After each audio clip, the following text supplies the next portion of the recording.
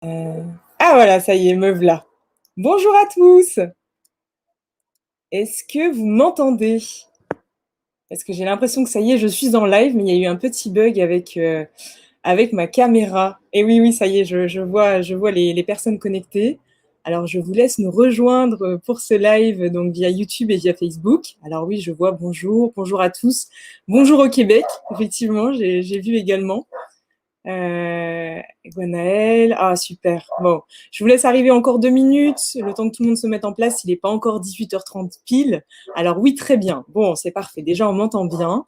Voilà, c'est passé de huit visions à 42 d'un coup. Je ne comprends pas. Qu'est-ce qui se passe? Vous allez faire péter mon système. Bon, je suis ravie d'être là ce soir. Ça fait un petit bout de temps qu'on ne s'est pas vu. Et ça m'a un petit peu manqué quand même, hein. Bon, alors j'ai remplacé par beaucoup de présentiel, mais j'aime beaucoup aussi les formats à distance. Ça permet de rencontrer de nouvelles personnes virtuellement, à défaut d'être visiblement. Donc je suis super contente d'être là. Bonjour à tous. Et alors ce soir, on a un gros programme, je tiens à vous le dire. J'ai préparé ça tout à l'heure. Et moi qui pensais que j'avais pas grand-chose à dire et que ça serait assez rapide, etc., etc., en fait, quand je me suis mise à préparer, bah, je me suis rendu compte qu'il y avait quand même beaucoup de choses dans l'actualité. Et voilà, il y a beaucoup de choses que j'ai envie et que je souhaite vous partager ce soir. Donc je trépigne en fait là à l'intérieur, ça pétille. Et voilà, j'ai hâte de vous partager tout ça. C'est des dernières découvertes et c'est assez chouette au niveau de la réflexion, au niveau, voilà, bon, à plein de niveaux évidemment. Je vais juste bouger un petit peu mon micro parce qu'en fait, je viens de me rendre compte que je pourrais pas faire de partage d'écran si mon micro est face à ma souris, vous voyez. Donc, je bouge légèrement ça, voilà. Donc, alors, pour vous présenter un petit peu le live, pour vous le structurer en quelques points, en premier temps, donc c'est vraiment un live qui est dédié aux messages pour les temps actuels et à venir. Donc on va vraiment englober l'actualité, on va aller sur plusieurs points ensemble. Donc un petit peu pour vous structurer le propos qui va suivre, en premier, je vais vous faire un point sur les énergies du moment. Voilà, tout le processus d'ascension planétaire que j'ai déjà pu aborder lors du premier live. Je vais beaucoup citer le premier live, mais je vais aussi rappeler certaines notions du premier live pour les personnes qui ne l'ont pas encore vu ou qui débarquent. Voilà, comme ça, vous serez pas largués.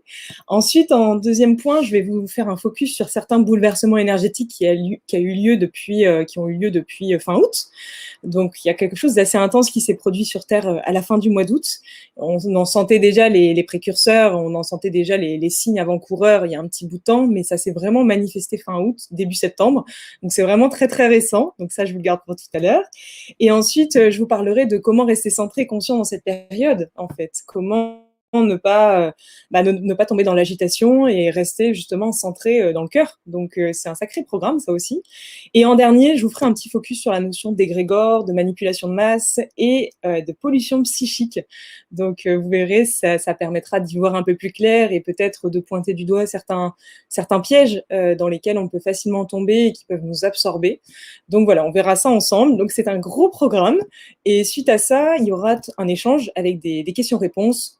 J'essaierai de répondre au plus de questions possibles et on verra ça ensemble à ce moment-là. Voilà.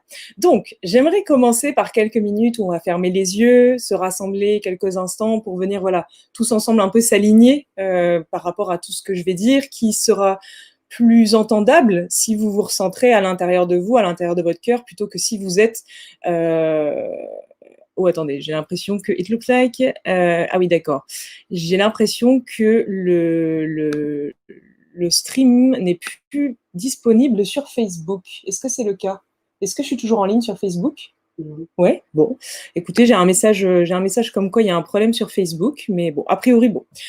On verra. Si jamais il y a un souci sur Facebook, eh bien, rabattez-vous sur YouTube, parce qu'a priori, ça fonctionne sur YouTube, mais j'ai eu un point d'exclamation sur Facebook. Donc, il doit y avoir un bug sur Facebook. Donc, venez tous sur ma chaîne YouTube si c'est le cas. Voilà. Donc, j'étais en train de vous dire qu'on va commencer par fermer les yeux quelques instants, venir se rassembler tous ensemble. Donc, je vais le faire en même temps que vous, évidemment. On viendra fermer les yeux et prendre juste tous ensemble quelques grandes inspirations. On va inspirer par le nez, expirer par la bouche. Voilà, assez profondément, avec cette intention de venir se recentrer par rapport à tout ce que je vais pouvoir vous raconter derrière, que ce soit plutôt le cœur qui intègre plutôt que l'espace du mental et du personnage. Donc je vous laisse inspirer profondément par le nez et expirer complètement.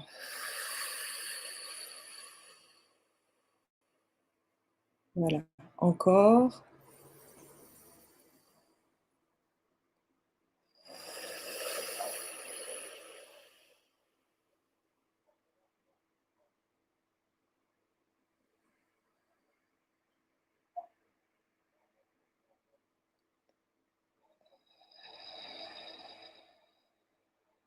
Voilà, et sentez qu'à chaque expiration, c'est un petit peu tout le surplus de votre journée qui s'estompe, c'est votre corps qui vient se détendre, qui vient s'alourdir, s'apesantir tranquillement, et vous sentez comme une espèce de soupape, quelque chose qui s'ouvre, une forme de lâcher prise, comme si vous étiez accroché à une branche et que vous faites le choix consciemment de décrocher la branche, venir rouvrir l'espace intérieur pour venir entendre le mieux possible tout ce qui va être partagé ici et maintenant dans cet espace.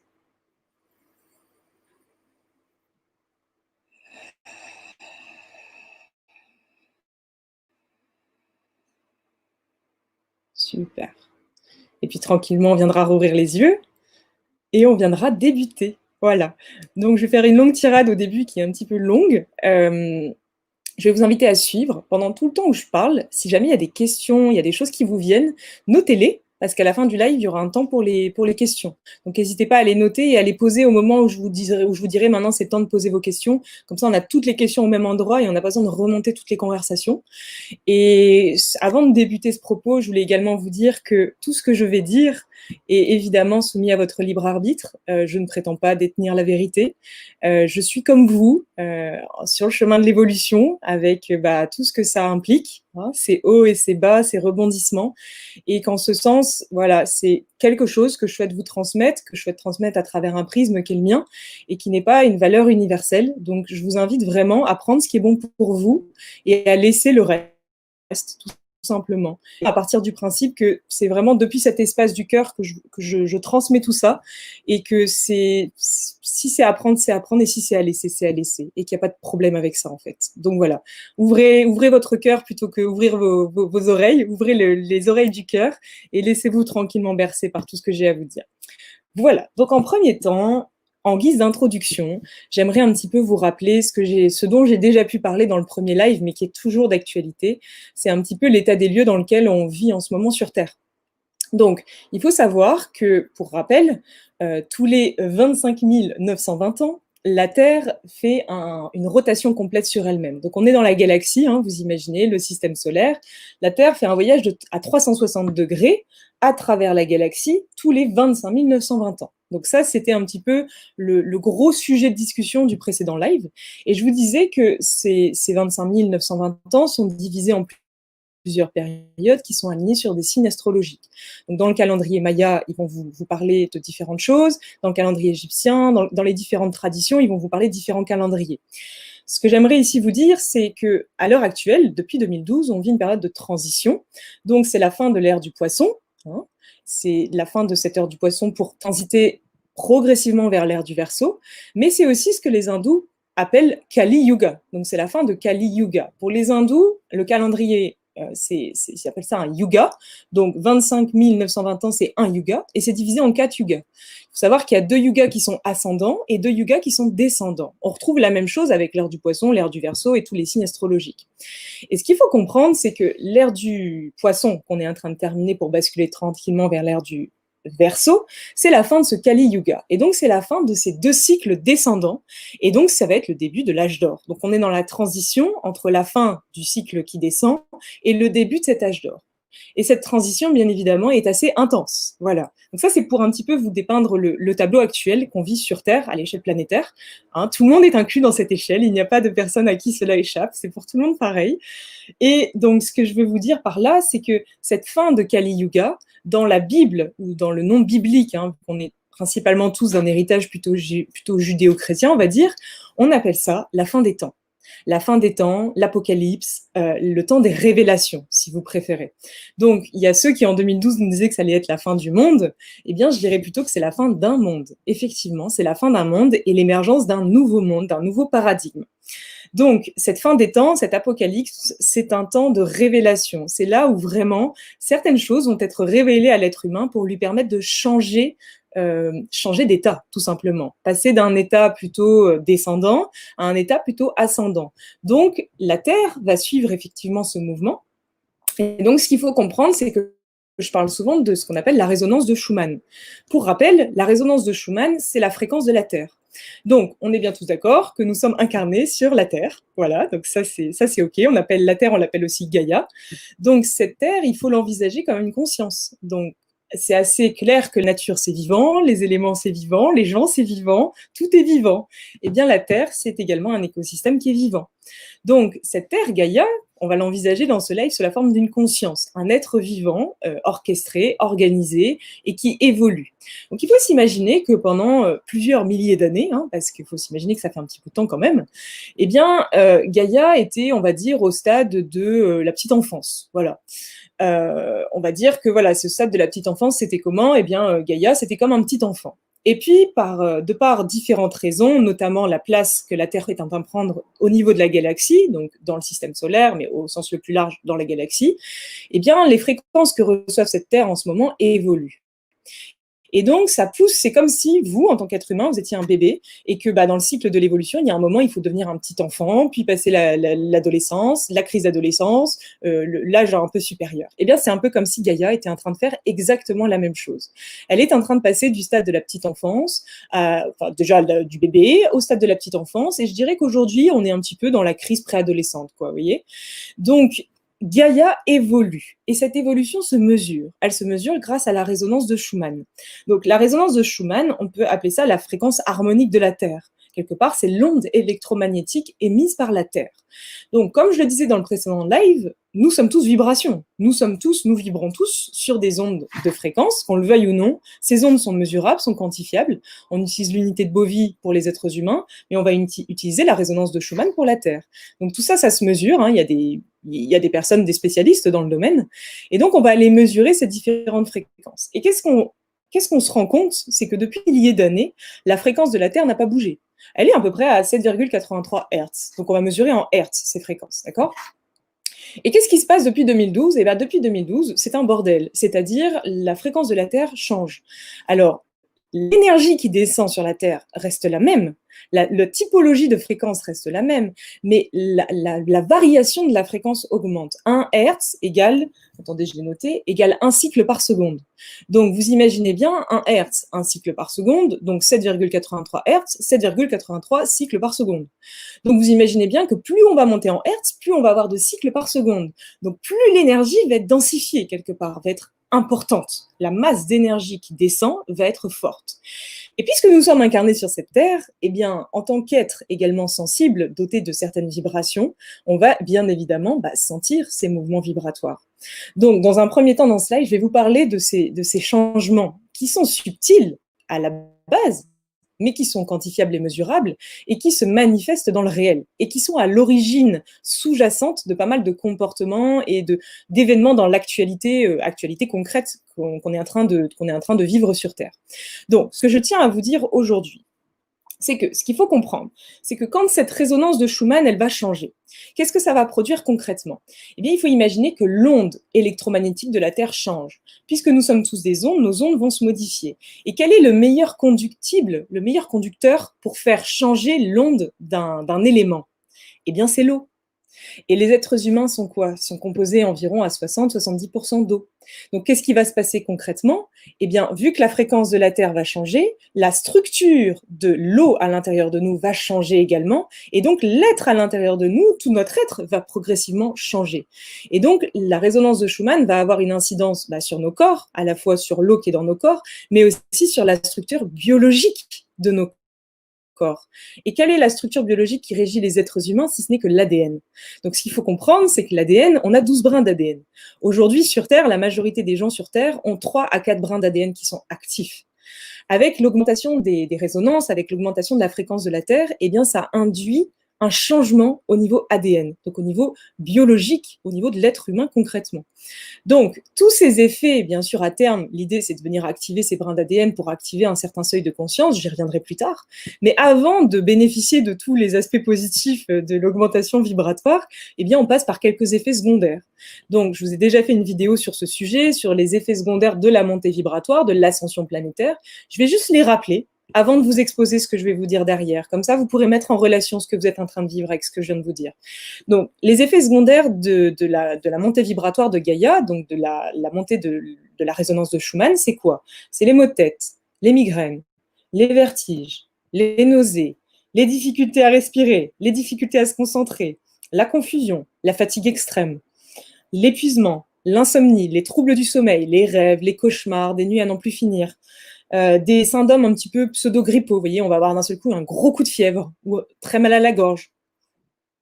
On a également des courbatures dans le corps physique. Donc, on va soudainement avoir le corps qui est comme endolori, qui est comme alourdi. On se réveille un matin, on n'a pas couru le marathon hier, et pourtant, on se réveille, c'est comme si on avait couru un marathon. Vous voyez ce que je veux dire? On se réveille, on est complètement dans le gaz, et on a mal partout, alors qu'on n'a rien fait de spécial.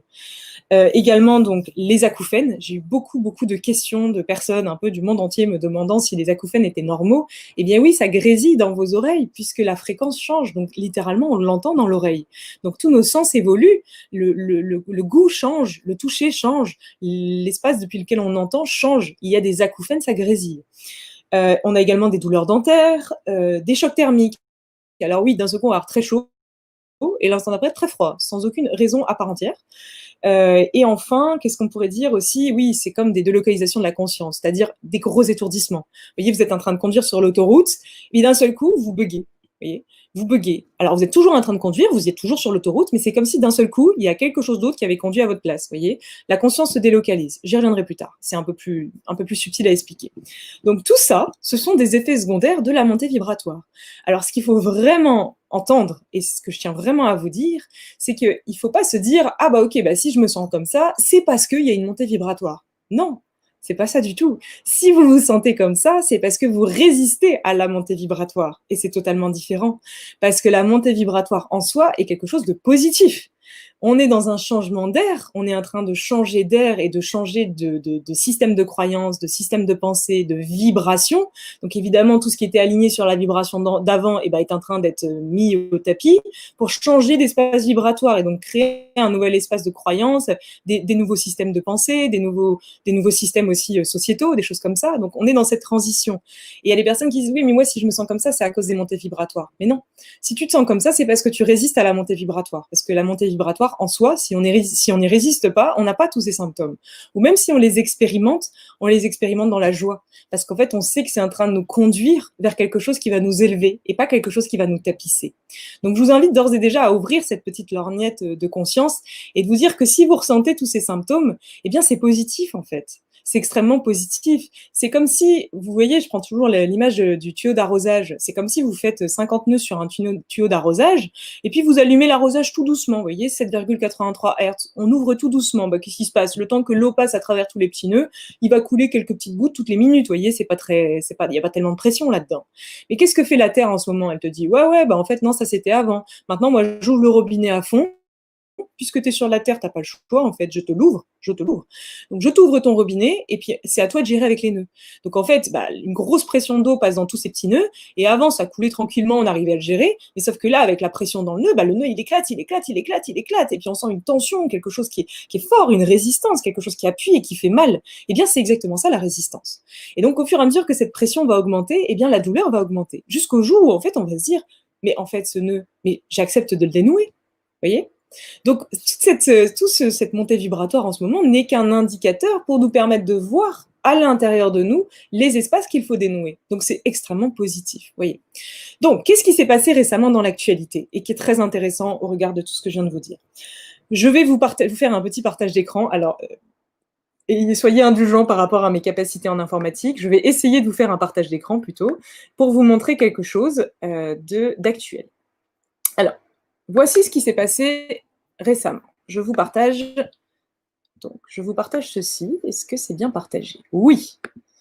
Tac, tac. Attention. Je crois que c'est à peu près comme ça. Alors là, voilà. Donc, je vous partage ceci. Peut-être que pour certaines personnes, vous n'avez jamais vu ce graphique de votre vie.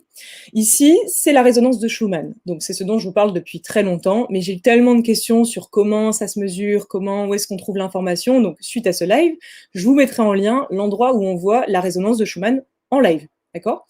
Je vais vous expliquer un petit peu ce graphique, parce que ça sert à rien de vous parler de la résonance de Schumann si je vous explique pas comment on le lit. En fait, c'est d'une simplicité profonde. Là, en haut du graphique, vous avez la date, d'accord? En bas du graphique, vous avez les heures, donc les heures de la journée. Et sur le côté, vous avez une échelle, donc à gauche, qui est en fait l'échelle où on mesure le Hertz, donc la résonance. Donc la résonance se mesure en Hertz, d'accord?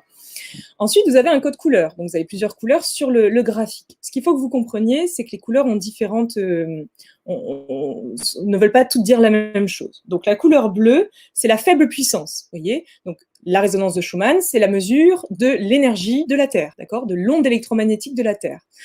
En bleu, c'est tranquille, d'accord? C'est une faible puissance. En vert, c'est une impulsion naturelle. C'est pas quelque chose qui va nous bouleverser, vous voyez? Ensuite, en rouge, c'est les fortes puissances. D'accord? Donc, quand vous voyez du rouge qui se dessine sur les pics, comme on voit ici autour, ça veut dire qu'il y a une forte puissance. Et lorsque c'est blanc, on voit des pics blancs, vous êtes bien d'accord? Et ben, lorsqu'on voit ces pics blancs, c'est une très forte puissance. C'est une grosse descente de lumière. C'est comme je vous disais tout à l'heure, on ouvre d'un seul coup l'arrosage à fond la caisse. D'accord? Ça correspond à ces traits blancs qu'on peut voir. Bien évidemment, plus les traits blancs sont larges, plus la durée de la descente d'énergie est forte. OK? Donc, ce qu'il faut que vous compreniez, c'est que là, sur ce graphique, qu'est-ce qu'on voit concrètement? Eh bien, c'est un graphique qui est assez récent, qui date, donc, que je ne vous dise pas de bêtises, qui date du 8, 9 et 10 septembre. Donc, c'était il y a 3 jours, 3 à 5 jours. Qu'est-ce qu'on voit sur ce graphique? Qu'est-ce qu'on peut y lire? Eh bien, on peut y lire quelque chose de très simple. Vous voyez, 7,83 Hz, qui était la fréquence à peu près naturelle de la Terre avant, et à peu près ici, d'accord?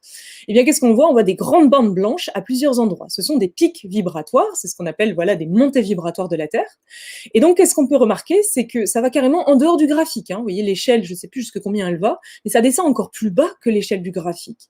Donc, récemment, entre le 8 et le 10 septembre, nous avons eu des pics sur la résonance de Schumann qui oscillaient entre 48 et 68 Hertz, ce qui est totalement énorme. Vous imaginez, vous êtes sur Terre depuis des milliers d'années, vous êtes là à 7,83, tous vos systèmes de croyances, tout votre système de pensée, tout ce que vous êtes, toute votre réalité est bâtie sur un système énergétique qui vibre sur 7,83 Hz. Et d'un seul coup, on vous envoie dans la tronche 68 Hz. Vous imaginez, c'est un pic qui est immense en fait pour l'être humain. Et donc, il faut bien comprendre que tout ça a eu lieu récemment. Mais avant que tout ça ait eu lieu, je vais vous montrer ce qui a eu lieu juste avant. Parce que ça, c'est juste la face émergée, la conséquence de ce qu'il y a eu avant. Je vous partage une autre chose, d'accord? Donc, je retire ça et je vais vous partager, share screen, voilà. Je vais vous partager quelque chose d'autre de très intéressant. Le 31 août dernier, alors, voilà, donc, tac. Donc là, on le voit bien. Le 31 août dernier, voici, donc je ne vous ai pas partagé ça en premier parce qu'on ne voyait pas l'échelle sur la gauche. Voici ce qui s'est passé le 31 août dernier. Qu'est-ce qu'on peut voir sur la résonance de Schumann? Eh bien, on peut voir ici, là, vous voyez, donc moi, j'arrive pas à voir parce qu'en fait, c'est pas assez zoomé, entre 6 et 9 heures, qu'est-ce qui s'est passé? Bon, même un petit peu avant, à partir de 5 heures. Eh bien, la résonance de Schumann, vous voyez bien, elle est toute bizarre. C'est une résonance qu'on ne connaît pas. C'est des ondes un peu bizarres. Vous voyez, on ne sait pas comment le mesurer. C'est assez étrange. Même la résonance, elle bug. Vous voyez, ça fait comme si on était connecté à un sonar émis par, vous voyez, le son des baleines et des dauphins. Eh bien, quand on est connecté à un sonar des baleines et des dauphins, eh ben, ça fait à peu près cette fréquence-là sur le sonar. Voilà. Donc ici, pendant quelques heures, on a eu cette drôle de fréquence. Et derrière, qu'est-ce qui s'est produit? On a eu un pic noir. Donc un espace dans lequel il n'y avait rien. On est bien d'accord, ok?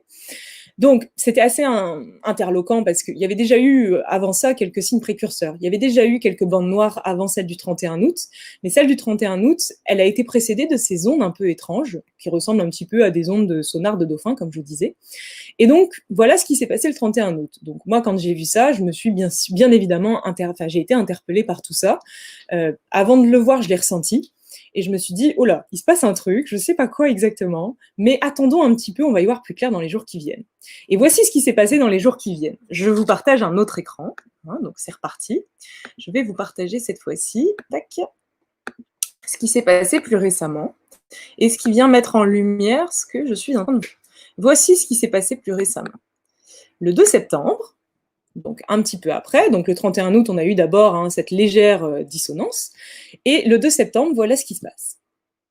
Cette série, un petit peu, voilà, comme de l'ondulation des dauphins, ce dont je vous parlais, a duré 60 heures. Donc ce graphique-là, c'est un graphique qui a été partagé par plusieurs personnes sur Facebook, peut-être que vous l'avez vu. Il faut savoir que les 42 heures se sont transformées en 60 heures. Ça a duré du 2 septembre à peu près au début de la matinée du 5 septembre. Donc du 2 au 5 septembre, on est resté avec cette onde qui était très étrange, que personne n'a compris sur le moment, sauf bien sûr ceux qui recevaient les messages en même temps. Et cette onde qui, en fait, est très similaire à la fréquence émise par les baleines et les dauphins. Donc, c'est comme si vous imaginez que sur Terre, on n'avait jamais vu ça sur Terre, hein, cette fréquence, cette qualité de fréquence et cette typologie de fréquence-là n'avait jamais été mesurée sur cette-là. C'est un peu comme si on s'était branché à la fréquence des dauphins et à la fréquence des baleines. Et je suis pas coucou les petits oiseaux quand je vous dis ça, c'est mesurable, c'est quantifiable. Comparé avec les sonars des dauphins et des baleines, vous verrez que c'est la même chose. Donc, concrètement, c'est comme si vous avez un petit peu de connaissances sur le monde animal et sur les animaux comme les baleines et les dauphins, eh bien, vous serez en mesure de savoir que les baleines et les dauphins sont déjà des animaux qui ont ascensionné, en fait. Donc, ce sont comme des guides de lumière, à travers, qui se sont incarnés dans des êtres, dans des animaux, en l'occurrence, et ce sont des êtres qui vibrent sur des fréquences qui sont de la 5e dimension. Aujourd'hui, sur Terre, on est en 3D, et on est tranquillement en train de faire un passage jusqu'à la 5D. Eh bien, c'est comme si, pendant 60 heures, on avait reçu des fréquences célestes, donc des fréquences de 5e dimension, qui étaient descendues sur Terre, et qui sont venues comme un espèce de reset intégral, veut dire vraiment inonder la planète Terre. Et donc, la résonance de Schumann, eh bien, puisque ça a bugué, entre guillemets, c'est pas trop dans les cordes de la résonance, ça a été traduit par la résonance de Schumann de cette manière. Donc, je vous montre le dernier graphique que je voulais vous montrer ce soir. Tac. Voici le dernier graphique pour que vous compreniez bien. Hop. Voici comment la résonance de Schumann a traduit tout ça. Eh bien, elle a traduit, donc ces 60 heures de fréquences harmoniques, hein, c'est comme ça qu'on pourrait les appeler, elle a traduit ça par un grand blackout. Voilà. Comme s'il n'y avait rien eu. Voilà. Il faut s'imaginer que, bon, moi, évidemment, quand j'ai vu ça, je me suis dit, oh là, la Terre arrête de vibrer, qu'est-ce qui va se passer? Elle va exploser. J'ai un peu eu peur sur le moment, j'avoue, parce que j'avais pas le recul que j'ai aujourd'hui et puis j'avais pas laissé passer un peu les jours. En l'occurrence, à cette période-là, j'étais complètement sous l'eau et très, très, très, très fatiguée sans raison apparente et vraiment pas très, très bien intérieurement. Et en fait, donc la résonance de Schumann a traduit ça de cette manière parce qu'en fait, c'est littéralement ce qui s'est passé. Vous voyez, quand on a un espace noir comme ça, c'est un petit peu comme un reset. Hein, quand on met à jour un ordinateur, eh bien, on vous demande de l'éteindre. Quand on met un jour un programme sur un téléphone, eh bien, il s'éteint. Et ben, c'est comme si la mise à jour avait duré 60 heures. Pendant 60 heures, ça s'est éteint. Ça s'est éteint, pourquoi? Pour mettre à jour un programme. C'est comme si, vous voyez, vous avez un programme qui, admettons, on va prendre Instagram hein, sur un téléphone. Vous avez Instagram, il y a une mise à jour qui est demandée. Eh bien, le téléphone va s'éteindre, s'il fait une mise à jour logicielle, hein, il va s'éteindre, et il va se réactiver, et derrière, qu'est-ce qui va se passer? Ben, Instagram aura des nouvelles fonctionnalités. Hein. Si vous avez mis à jour récemment Instagram, vous avez dû le voir, il y a des nouvelles fonctionnalités. Et ben, ces nouvelles fonctionnalités, c'est un peu ce qui s'est passé à l'échelle de la Terre. C'est un peu comme si la Terre avait fait un blackout, avait fait un reset à l'échelle globale, à l'échelle du globe, pour ensuite venir revibrer à nouveau avec de nouvelles fonctionnalités. Et ces nouvelles fonctionnalités, ça se traduit comment? Par une accélération vibratoire. Donc, de plus en plus de personnes qui prennent conscience qu'il y a quelque chose qui est en train de changer, en l'occurrence. Donc voilà un petit peu ce qui s'est passé dernièrement. Et donc le premier graphique que je vous ai montré au début du live, eh bien c'est juste la face émergée de cet iceberg, où derrière vous avez vu effectivement 8, 9, 10 septembre, donc plus récemment, des pics qui atteignaient des fréquences comme on n'a jamais vu auparavant. Des fréquences à 68 Hz, c'est du jamais vu. Il faut savoir que 68 Hz, c'est la fréquence de la 5D. Hein. Entre 32 et 100 Hz, c'est une fréquence de 5D. Donc, 5e dimension en l'occurrence. Donc sur Terre descend aujourd'hui des ondes, des champs électromagnétiques qui correspondent à des fréquences qui ne sont pas encore en place sur Terre. C'est un petit peu comme si, vous voyez, quand vous commencez à méditer, et que vous commencez à toucher à des états de grâce, où d'un seul coup, vous sentez que vous êtes complètement dilué, il n'y a plus d'espace de pensée, il n'y a plus rien, il y a un espace qui s'ouvre à l'intérieur de vous. Ça va durer au début 1 seconde, 2 secondes, et puis après, pouf, vous sortez de la méditation, et puis vous revenez dans votre quotidien, et puis à nouveau, vous grognez, parce qu'il se passe ci, il passe ça, et puis voilà, vous réalignez sur la fréquence. Eh bien, c'est un peu comme si la Terre était en pleine méditation, et que par moment, elle touchait à des états de grâce, et qu'ensuite, elle revenait sur des fréquences plus basses. Voilà. Donc, c'est cette crise d'adolescence que nous sommes en train de vivre aujourd'hui à l'échelle du globe. Et donc, c'est vraiment important d'en prendre conscience, parce que si on en prend conscience, eh bien, ça permet de traverser cette période avec un peu plus de recul, avec un petit peu plus de distance, et pas être complètement absorbé par ce qui est en train de se passer. Voilà. Donc ça, c'est pour le niveau énergétique. Mais concrètement, ça se traduit comment sur Terre? Et c'est ça qui est hyper intéressant. C'est qu'il faut toujours comprendre que ce qui se passe d'un point de vue énergétique a toujours une résonance d'un point de vue global et d'un point de vue macro. C'est une résonance qui est visible sur Terre. Et qu'est-ce qu'on voit en ce moment sur Terre au niveau de l'actualité? eh bien, on voit énormément de luttes, de peur, hein. On a l'épidémie du Covid, on a énormément de gens qui sont soit dans la peur, soit dans la lutte, hein. Il y a un peu 2 clans qui se dessinent. Il y a une grosse dualité qui est en train de se dessiner sur terre, entre ceux qui, sont, pour le masque à tout prix et c'est génial et ça va nous aider, ceux qui disent: «C'est une aberration totale et ce sont tous des cons». Je vous grossis un peu ce qui se passe, mais c'est concrètement ça quand on lit les journaux ou quand on se renseigne 5 minutes, en fait, c'est juste ça qui en est retiré. Donc cette espèce de polémique autour de tout ça et qu'est-ce qu'on perçoit aussi? C'est une grande agitation, hein. C'est un peu comme si, moi, il y a des fois, je sors de chez moi le matin et en fait, j'ai même pas besoin de sortir, hein. J'habite, il y a une route en dessous de chez moi. Bah, juste à la qualité de la route, je sais un petit peu où on en est au niveau vibratoire. C'est-à-dire qu'il y a des jours, ben, les gens roulent comme des dingues. Ils ouvrent leurs carreaux, ils insultent les autres. Hein, ils ouvrent leurs fenêtres, pardon, le carreau apparemment c'est un truc du Nord, donc ils ouvrent la fenêtre et ils insultent les gens sur la route. Il y a une espèce d'agitation qui se traduit beaucoup sur la route, dans les magasins aussi, hein, vous voyez, ils se bousculent, on se bouscule, on se regarde de travers, on se juge, beaucoup plus que d'habitude, cette espèce d'agitation qui se traduit aussi par de la colère, espèce de truc là un peu, vous voyez, enfin, voilà. J'appelle ça du grésillage, moi, en fait. Les gens grésillent. Vous voyez la belle verte, hein, quand elle descend de Vénus et qu'elle fait grésiller un peu tous les terriens, elle leur envoie une petite décharge et ils sont tous comme ça à un moment, vous voyez. Bah, c'est un petit peu comme si quand la Terre connaissait un pic, tous les gens sur Terre sont un peu comme ça. Et ça se traduit par cette agitation, par ce truc-là qui est à n'en plus finir, vous voyez. Ou même quand vous, je sais pas si vous êtes sur Facebook dans des groupes de yoga ou des groupes chamaniques ou des trucs comme ça, c'est le jour où tout le monde s'incendie sur les groupes, hein, qui sont à la base des groupes artisans de lumière ou je ne sais quoi, et où en fait ce jour-là, bah, c'est que des attaques et des attaques et des gens qui commentent et c'est pas sympa et c'est vraiment dans la dualité, dans le jugement. Bah voilà. Donc voilà comment ça se traduit beaucoup. Et puis il faut savoir qu'aussi en ce moment sur Terre, il y a beaucoup de divulgation, hein. Il y a des gens qui sont en train de tomber de haut parce qu'on se rend compte que Bill Gates et les vaccins, c'était pas la panacée. On se rend compte qu'il y a beaucoup de choses qui ont été mises sous le tapis et qui sont en train de remonter à la surface. On a des preuves tangibles. On a Silvano Trotta qui est un grand diffuseur de conscience et qui diffuse l'actualité autrement en ligne. Et tout ça, bah, évidemment, pour certaines personnes, c'est hyper violent. Évidemment. Vous imaginez, c'est comme si d'un seul coup tu sors de ta caverne et puis bah, tu te rends compte que tout le monde a pété un câble, quoi. Enfin, c'est un peu ça l'idée. Donc c'est une espèce de réveil qui peut être assez agressant pour certaines personnes, d'où l'agressivité ambiante en fait. C'est assez agressant de se sentir écrasé par une douche de lumière quand on n'est pas dans la lumière. Voyez, je lisais un livre récemment où il écrivait, vous savez, pour les personnes qui sont quand même encore beaucoup dans des systèmes de croyances bah, d'avant, eh bien, ils sont, tu vois, alignés sur cette fréquence 7,83, et bah pour eux, c'est pas forcément beau, en fait, d'un seul coup, de voir cet amas de lumière. Ça vient les écraser, en fait, vu qu'ils la laissent pas passer. Et ils sont écrasés par tout ça. Donc ça vient exacerber toute cette partie un peu, vous voyez, vaseuse, que nous avons tous à l'intérieur de nous. Il faut savoir que la lumière agite la vase, en fait. Ah oui, parce que cette lumière, elle cherche à descendre, et tous les espaces où elle peut pas descendre, bah, c'est des espaces vaseux, c'est des espaces enfouis, c'est des caisses profondes qu'on a à l'intérieur de nous, et puisqu'on a passé des vies et des vies à vouloir monter plutôt que descendre, eh bien aujourd'hui, cette lumière, elle nous fait descendre, et elle nous fait descendre à l'intérieur, et dans ces espaces où on a encaissé, où on a entassé pas mal de caca, vous voyez. Et ce caca, aujourd'hui, par les montées vibratoires, par toute cette agitation, il est remué. Donc cette vase, elle remonte à la surface et elle a besoin d'être épurée.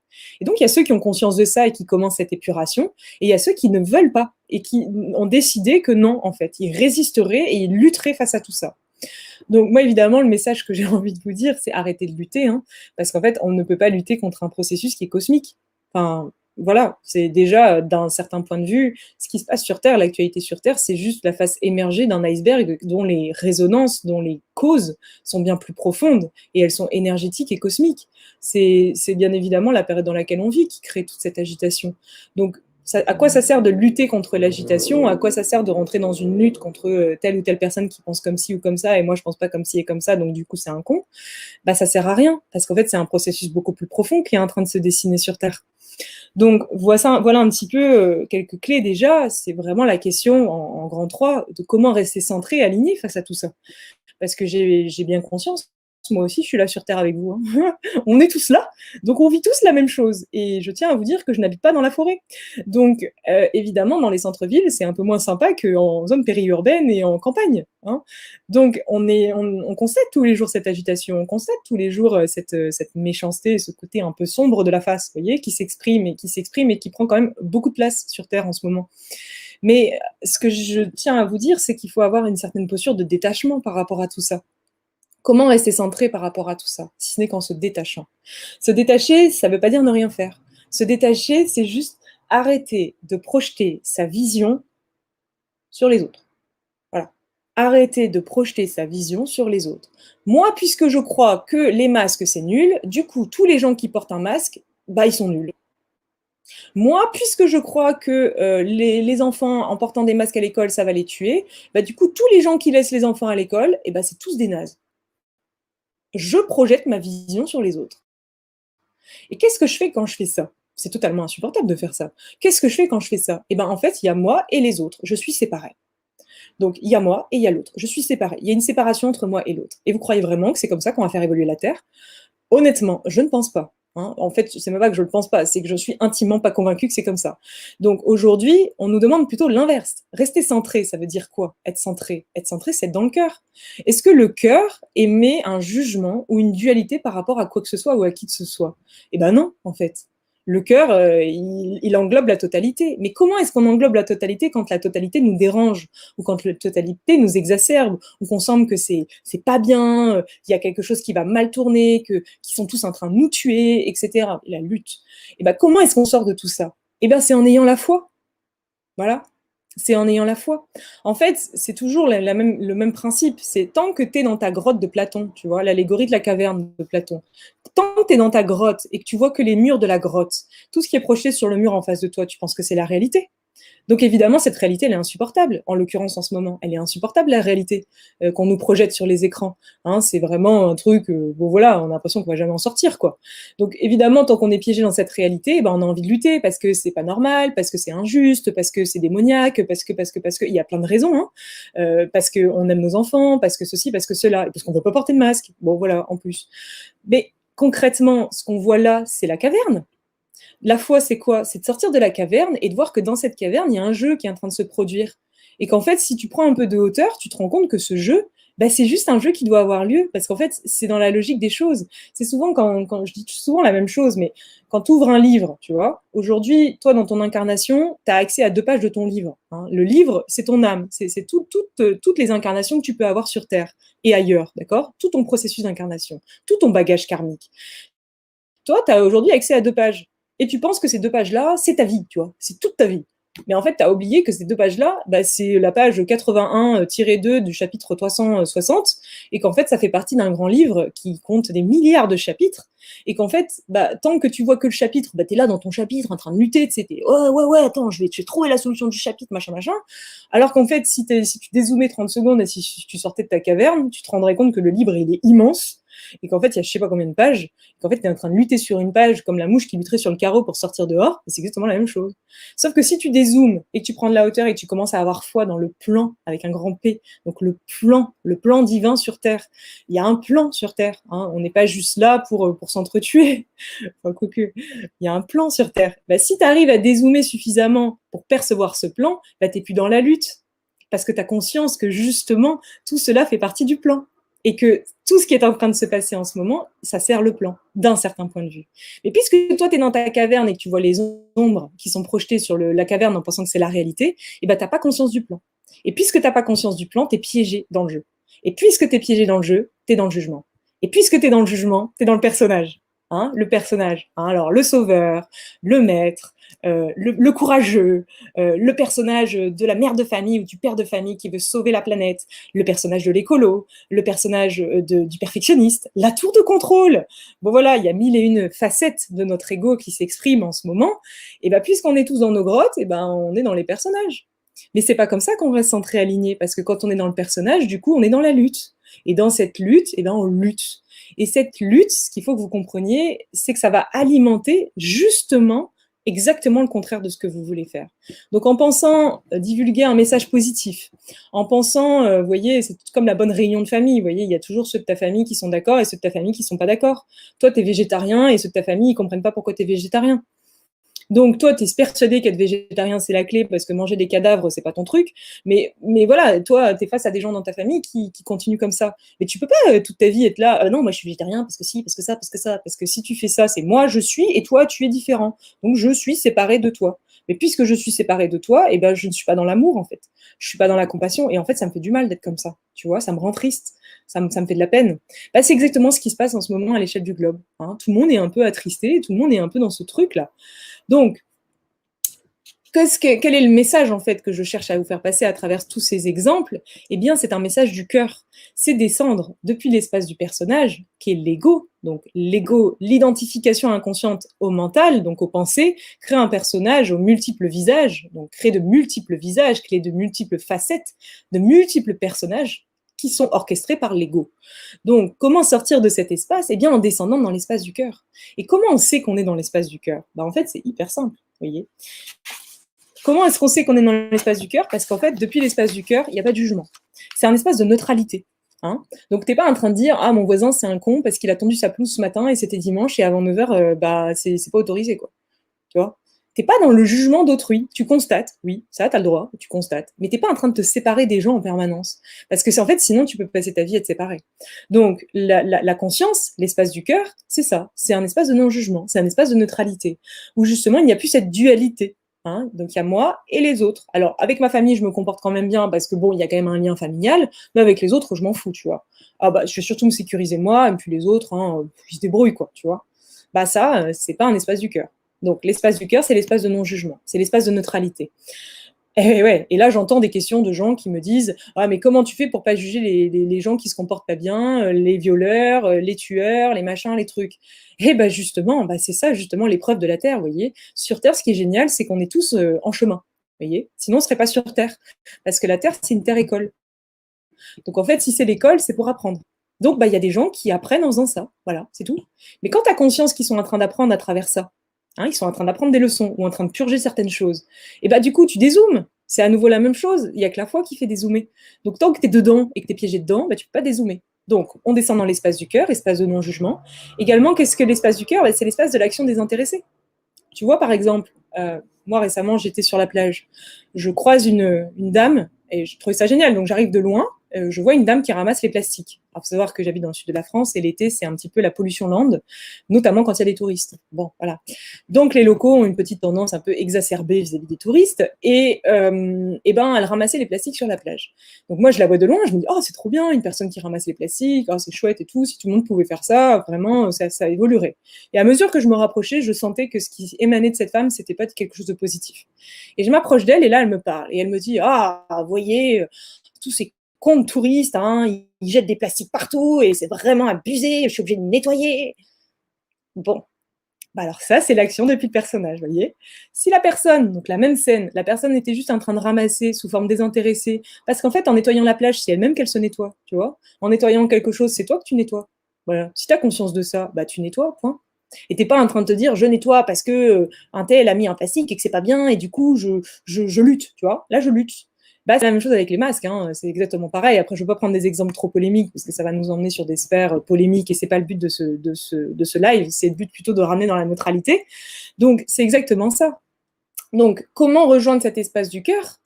Comment rejoindre cet espace du cœur? Comment descendre dans le cœur, dans cet espace? Est-ce que vous avez remarqué quand même, ah, moi je sais pas, je le remarque quand même au quotidien, mais dès que je juge quelqu'un, mais je me sens pas bien, en fait. Je sens que le fait de juger autrui, c'est moi que je juge, en fait. Mais je le sens vraiment dans mes corps, c'est-à-dire c'est comme si d'un seul coup, passer d'un état voilà, où c'est pas coucou les petits oiseaux, c'est juste un état de neutralité, à un état de lutte. D'un seul coup, je me rabaisse, je me sens lourde et je suis envahie de pensées négatives, de trucs assez bas, vous voyez, ou voire d'émotions quand même assez lourdes, à l'instant où je juge quelqu'un. Vous voyez, puisqu'il y a une accélération vibratoire, il faut comprendre qu'aujourd'hui sur Terre, tout ce que tu émets, tu le reçois plus vite. Parce qu'avant, vous voyez, quand la fréquence était tranquillou, les petits loups à 7,83 Hz, t'émettais un truc, oh, il te fallait un mois avant de le réceptionner. C'est la loi de l'attraction, hein, t'émets, tu reçois. Et ben aujourd'hui, ce qui est pas évident, c'est qu'en fait, à l'instant où tu émets, tu reçois. Donc, à l'instant où tu émets un truc, d'un seul coup, quand tu juges quelqu'un, etc., vous observerez dans votre quotidien. Ça, déjà, c'est un grand exercice à pratiquer. Quand je juge quelqu'un, comment je me sens derrière? Souvent, tu te sens fatigué, tu te sens pas bien, tu as des pensées négatives et tu n'as plus envie de rien faire. Et ouais, tu as juste jugé quelqu'un. En fait, c'est toi que tu as jugé. Donc, en fait, ce qu'il faut comprendre, c'est que dès que tu as une action jugeante ou décentrée de l'espace du cœur envers quelqu'un, c'est à toi que tu fais du mal. Et en fait, quand tu comprends ça, eh ben, tu arrêtes de juger les autres. Parce qu'en fait, tu comprends que c'est, in fine, c'est contre toi que ça a un impact. Et bien sûr, la personne, ça va pas l'aider. Bah oui, évidemment. Envoyer une énergie négative sur quelqu'un, ça va pas l'aider à évoluer, hein, ça c'est évident. Donc si tu as envie de faire évoluer la Terre, si tu as envie que la Terre change, eh ben, commence par arrêter de juger les autres. Parce qu'en fait, dès que tu envoies une énergie négative sur quelqu'un, eh ben, cette personne-là, tu n'es pas en train de l'aider. Oui. Donc, c'est pas une leçon de morale ce que je suis en train de faire, c'est juste ce qui me descend, vous voyez. Donc, comment rejoindre cet espace du cœur au quotidien? Et ben déjà, déjà en étant centré dans le quotidien. Ce que je veux vous dire par là, c'est que comment est-ce qu'on fait changer les choses? Et ben c'est déjà en se changeant soi. Hein, c'est Gandhi qui l'a dit il y a quelques années déjà, je n'ai rien inventé. Hein, il nous a même dit, le plus grand des voyageurs n'est pas celui qui a fait 10 000 fois le tour de la Terre, c'est celui qui a fait une fois le tour de lui-même. Voyez. Donc, et ben ouais, en fait, c'est ça la clé. Tant que tu veux aider la Terre, tant que tu veux changer les choses, tant que tu es vers l'extérieur, bah, tu n'es pas à l'intérieur. Et en fait, tant que tu ne changes pas à l'intérieur, tu ne peux pas faire changer l'extérieur. En fait, ça ne fonctionne pas comme ça. C'est à nouveau la mouche qui se tape contre le carreau, tu vois. Donc, déjà, c'est s'intérioriser. C'est arrêter sans arrêt de tourner le regard vers l'extérieur, parce qu'en fait, en plus, si tu tournes le regard vers l'extérieur, il y a mille et une choses à juger. Donc, commençons par nous-mêmes, parce qu'à l'intérieur de nous, je vous assure, hein, le plus grand des juges, c'est le juge intérieur déjà, c'est le juge envers soi. Donc, c'est déjà lui qu'il faut tranquilliser. Parce qu'une fois que lui, il est tranquillisé, eh ben, il va se tranquilliser avec les autres. Tu vois. Si tu veux arrêter de juger les autres, commence par arrêter de te juger toi. Voilà. Donc, comment est-ce qu'on passe de l'intérieur vers l'extérieur? C'est juste un choix. Hein, tu vois. Tu as le choix aujourd'hui de te dire, OK, aujourd'hui, je me concentre sur l'intérieur plutôt que l'extérieur. Donc, j'arrête sans arrêt de me renseigner sur mille et une choses, d'avoir cet amas d'informations. Du coup, cette information qui, du coup, me sert à lutter, me donne comme tu sais, du grain à moudre, hein, pour vraiment y aller. J'arrête, je me concentre sur l'intérieur. Et qu'est-ce qu'il y a à l'intérieur de vous? Il y a un truc super que personne n'a envie d'aller voir. Hein. Des pensées, des émotions, des croyances, des comportements hein, qui s'extériorisent, mais à la base, ils sont à l'intérieur. Hein. Il y a tout ça à l'intérieur de nous. Il y a surtout des pensées. Hein. 60 000 pensées par jour. J'ai fait une vidéo à ce sujet. Donc, vous imaginez le bordel. 60 000 pensées par jour, quand même. Enfin, faut pas oublier. Donc, c'est un environ, hein, parce que quand j'ai dit 60 000 la dernière fois, tout le monde a rigolé en disant comment elle a calculé 60 000. C'est un environ, d'accord? C'est comme le nombre de respirations par jour. Donc, eh bien oui, comment on commence ce travail intérieur? Comment on commence à cheminer vers le centre, vers le cœur? Eh bien, c'est en observant les pensées, les émotions et les croyances. On s'observe. Hein, plutôt que d'observer l'extérieur, on va observer à l'intérieur. Et qu'est-ce qu'on va voir du coup? À force de s'observer à l'intérieur de soi, à force de faire un travail d'intériorisation, eh bien, on va tranquillement cheminer vers ce qu'on appelle l'instant présent. L'instant présent, l'espace du cœur. Il n'y a que l'instant présent qui existe. Il n'y a que le présent qui existe en soi. Le passé et le futur, c'est que des projections. Il n'y a que le présent qui existe. Or, on passe notre vie dans le passé ou dans le futur. Donc, on passe notre vie décentrée. Comment rester centré? Eh bien, en commençant à être centré dans le présent. Comment être centré dans le présent? En commençant à observer ses émotions, ses pensées. Parce que qu'est-ce qui nous décentre du présent? Les pensées. Hein, parce que je pense au truc qui s'est passé il y a 10 ans, parce que du coup, je me fais un film mental, parce que du coup, ce film mental va réveiller une émotion qui va induire un comportement. Vous voyez? Donc, on a le film mental, donc la pensée, qui va derrière, il y a un petit film qui va arriver, le film mental, qui du coup va arriver sur une émotion, et cette émotion qui a un peu plus d'énergie va générer un comportement. Et c'est comme ça que dans la vie de tous les jours, on se comporte de manière décentrée par rapport à l'espace du cœur, parce que c'est l'espace de la pensée qui crée l'action. Et l'action, et la pensée, vient pas de l'âme, elle vient du personnage. Donc, puisque le personnage, par exemple, du sauveur, a dit qu'il fallait absolument, a pensé qu'il fallait absolument ramasser tous les plastiques sur la plage, et ben du coup, je vais générer une action de ramasser les plastiques sur la plage, sauf que je vais être énervée en le faisant, parce que, en fait, ça va me saouler de ramasser les plastiques de tout le monde, et ça va me saouler que tous les gens ne comprennent pas encore qu'il faut pas jeter les plastiques. Je suis dans la dualité. Je suis piégée. Donc, tant qu'on n'est pas conscient de nos pensées, on n'est pas conscient de nos actions et on n'est pas conscient de nos émotions. Donc, le point de départ, c'est la pensée. Alors, je tiens à vous dire que je ne peux pas vous faire un cours sur la pensée. C'est totalement impossible. En fait, ce qu'il faut que vous compreniez, parce qu'on me dit souvent, mais les outils, concrètement, c'est quoi? Eh bien, en fait, je vous réponds tout le temps la même chose. Les outils, ce qui est génial avec un outil, c'est quand tu l'expérimentes, tu vois. Ça sert à quoi d'avoir un marteau si tu l'utilises pas pour planter un clou? Ça sert à rien d'avoir un marteau. Et ça sert à quoi que je vous dise les outils si vous ne les pratiquez pas?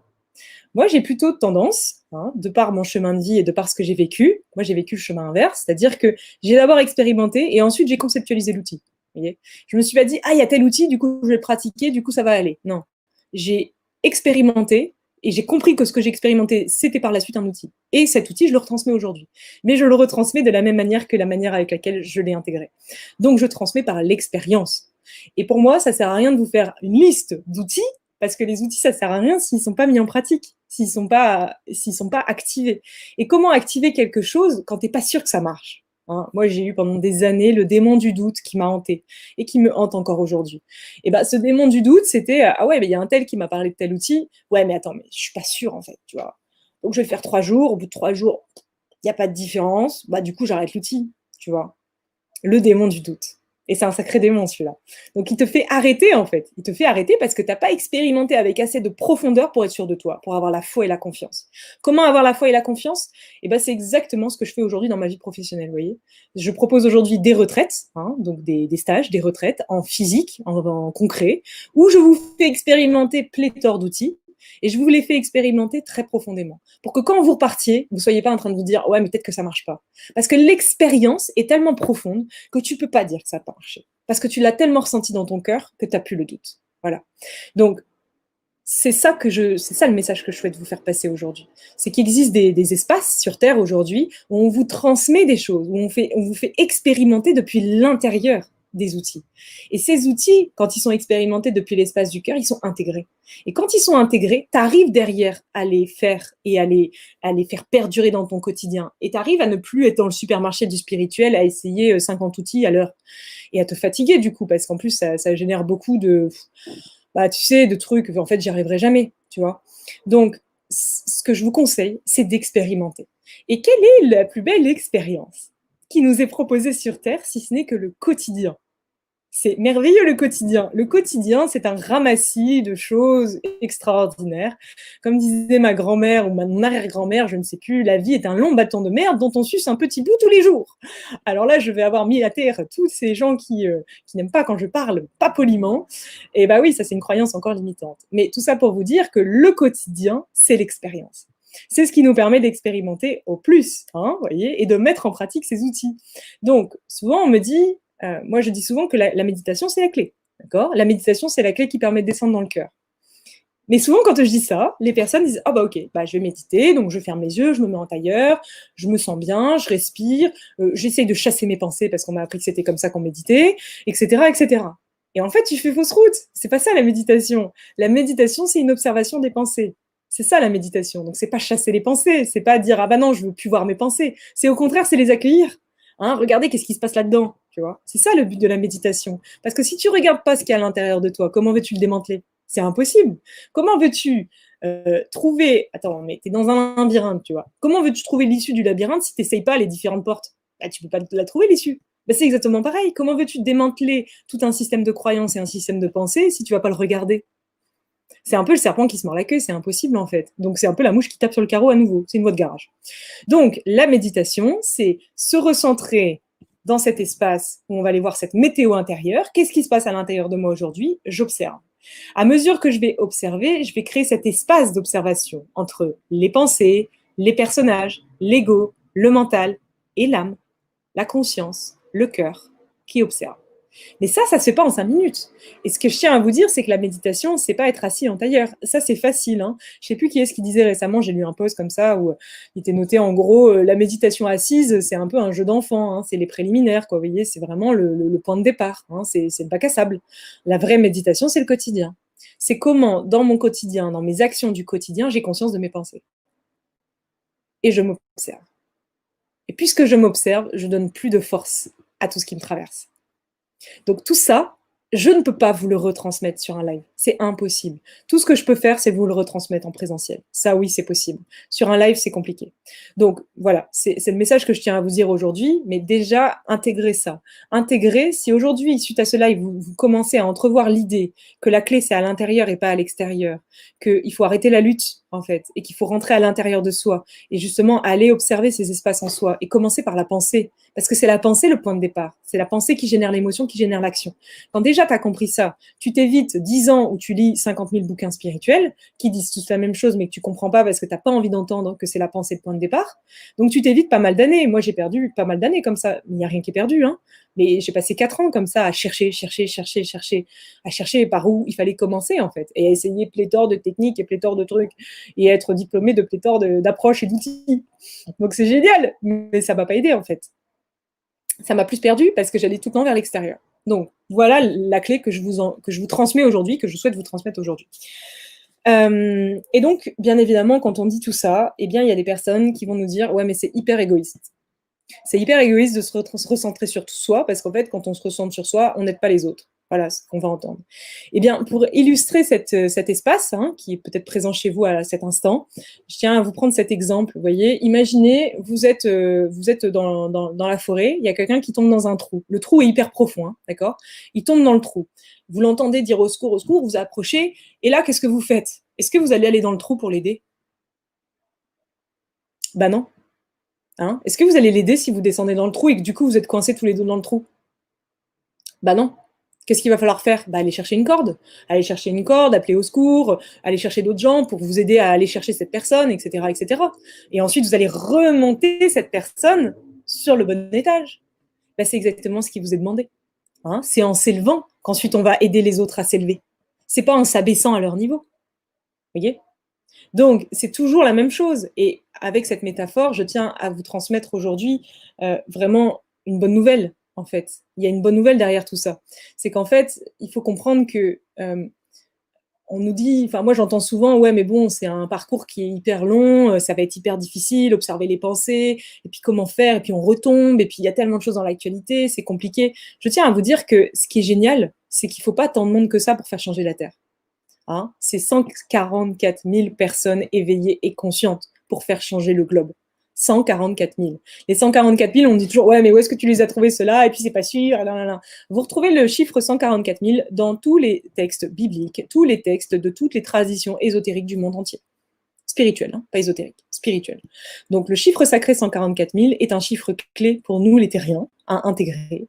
144 000 personnes éveillées et conscientes et debout pour faire changer la Terre. C'est un peu, vous voyez, comme la pâte dans le levain.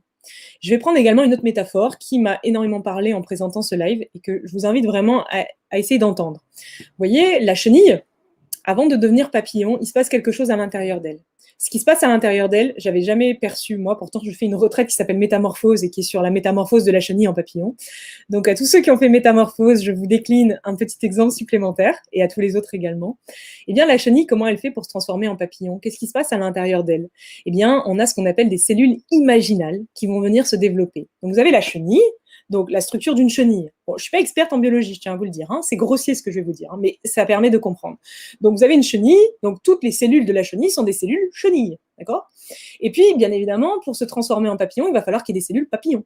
Hein. Tant que tu as les cellules chenilles, tu es une chenille, en gros, hein, d'accord? Eh bien, pour se transformer en papillon, il va y avoir l'apparition de cellules imaginales. Qu'est-ce qu'une cellule imaginale? Eh bien, c'est une cellule qui va justement apporter cette transformation de la chenille en papillon. Et au début, qu'est-ce qui se passe? Quand les cellules imaginales arrivent dans la chenille, eh bien, les cellules chenilles viennent manger les cellules imaginales. Elles viennent lutter contre les cellules imaginales. Elles sont en minorité, les cellules imaginales. Hein. Donc, hop, la chenille, elle se dit, oh là là, attaque intersidérale, il y a une attaque à l'intérieur de moi, vite, il faut que je les supprime. À chaque fois qu'elle supprime une cellule, il y en a 10 qui poussent. D'accord? Vous voyez bien la métaphore. Hein, à chaque fois que je supprime une cellule imaginale, t'en as 10 autres qui poussent. Ainsi de suite, ainsi de suite, ainsi de suite. Comme le levain dans la pote. Hein. Et les cellules imaginales, elles se disent, on y arrivera. Donc, elles commencent à s'accentuer, il commence à y en avoir de plus en plus, et elles se rassemblent. Surtout ça, c'est important. Parce que si elles sont toutes isolées partout dans la chenille, elles n'ont aucun impact sur la chenille. Donc, les cellules imaginales, elles se rassemblent, elles font des conglomérats, elles font des petits noyaux comme ça à l'intérieur de la chenille. Il y a plein de petits spots comme ça rassemblés. Et un jour, elles atteignent 144 000. Elles sont assez nombreuses et la chenille se transforme en papillon.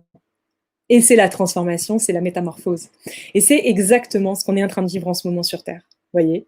Sauf que, tant que vous êtes en train de juger les petites chenilles, hein, ceux qui n'arrivent pas à se transformer, ceux qui n'ont pas compris ça, eh bien, vous voyez ce que vous êtes en train de faire? C'est un truc de ouf. Moi, quand j'ai conscientisé ça ce matin, ça m'a fait un eureka. Je me suis dit, mais en fait, tant que tu juges les chenilles, donc tu juges les gens qui sont toujours en 3D et qui ont du mal à entendre tout ça et qui, voilà, et qui envoient pas mal de colère en l'air, tu vois. Mais tant que tu les juges, ben, en fait, tu es en train de juger une chenille qui va potentiellement se transformer en papillon. Hein, tu te tires une balle dans le pied parce que c'est peut-être l'un d'entre eux, en fait. T'en sais rien. Donc, acceptons toutes les chenilles telles qu'elles sont, parce qu'en fait, on est sur une terre-école, donc acceptons tous les êtres tels qu'ils sont. Et c'est au contraire en se rassemblant, donc en changeant de regard, plutôt que de se concentrer sur ce qui va mal, sur la dualité, masque, pas masque, Covid, pas Covid, création du mental, je sais pas quoi. Plutôt que de se concentrer là-dessus, eh ben, concentrons-nous sur se rassembler. Voilà, c'est exactement, c'est juste un changement de prisme. Tu te dis, bah, quand je me lève le matin, plutôt que de me dire, ah, il me manque ça, je me sens pas bien, nanana, bah, je me concentre sur ce que j'ai. Bah, j'ai une douche, un café, je me sens plutôt bien. Ouais, la vie est pas rose et violette. Oui, il y a des émeutes dans la rue. Oui, j'ai peur d'attraper le Covid. Oui, mais j'ai quand même tout ça de positif. Je change de regard, je change de prisme. Et ça, vous voyez, ça, c'est l'outil essentiel pour changer de vie. Le jour où vous allez comprendre que c'est en vous concentrant sur les choses qui sont alignées avec vous, sur les choses qui vous portent, que vous allez être porté, eh bien, concentrez-vous là-dessus. Et c'est pas être égoïste et c'est pas être dans le déni. Parce que quand tu te concentres sur le truc comme ça, c'est pas que tu oublies le reste. Tu as conscience du reste. Mais tu fais le choix. Tu as le choix. Et vous avez tous le choix. Vous avez tous le choix aujourd'hui de vous concentrer sur les chenilles qui sont en train de se transformer en papillons ou sur les chenilles qui sont en train de se galérer et qui sont là comme ça à moitié mortes. Tu vois, tu as le choix de te concentrer sur ce que tu souhaites voir. Voilà. Et puisque nous sommes les créateurs de notre réalité, eh bien, ce sur quoi vous focussez, eh bien, c'est ce que vous verrez dans votre réalité. Hein, en fait, on projette notre réalité en permanence en fonction de notre système de croyance. Donc, si tu changes et si tu fais le choix de changer de système de croyance, tu changeras ta réalité. Et tu verras que oui, il y a des émeutes, que oui, il y a une épidémie, que oui, il y a plein de trucs qui vont mal. Mais toi, tu sais intérieurement que tout va bien. Parce que toi, tu changes de regard et tu dézoomes. Et tu décides aujourd'hui, par ta conscience, de dire, OK, j'ai conscience de tout ça, et je fais le choix conscient de voir autrement. Et donc, il y a une citation comme ça, c'est, si vous voulez un monde papillon, donc un monde métamorphosé, transformé, un monde qui a ascensionné très clairement, ce qui nous est demandé aujourd'hui sur Terre. Donc, si vous voulez un monde papillon, n'écrasez pas la chenille, mais rejoignez d'autres cellules imaginales pour construire un meilleur futur pour nous tous. N'écrasez pas les chenilles. Voilà. Vous pouvez passer votre chemin, vous pouvez faire ce que vous voulez, mais n'écrasez pas les autres. Ne jugez pas les autres. Ils en sont là où ils en sont. Concentrez-vous sur vous. Concentrez-vous sur les cellules imaginales qui sont à l'intérieur de vous. Et voyez bien que l'ascension de la Terre aujourd'hui, qu'est-ce que ça fait? Ça crée de la lumière. C'est comme si cette lumière venait créer toutes ces petites cellules imaginales à l'intérieur de nous. Et puisque c'est quelque chose d'étranger, qui en plus vient mettre en lumière des espaces qu'on n'a pas envie de voir, eh bien, on les repousse. On n'a pas envie de les voir. Alors qu'en fait, ce ne sont que des cellules imaginales qui, si elles sont acceptées, si elles sont valorisées, si on pose le regard dessus, un regard d'amour, un regard d'accueil, eh bien, elles permettront la transformation de notre être. Donc, en fait, moi, je trouve ça merveilleux. Voilà. Donc, c'était ça que je voulais vous partager vraiment parce que c'est à mon sens, le plus beau des messages, c'est celui-là. Donc, pensez à la chenille et au papillon et vous verrez vraiment, le monde n'est pas scellé, en fait. Le monde n'est pas scellé. Tout dépend depuis quel point de vue vous vous placez. Voilà. Et donc, pour clôturer quand même, j'aimerais mettre en lumière aussi la notion d'égrégore, de manipulation psychique et de pollution psychique, manipulation de masse.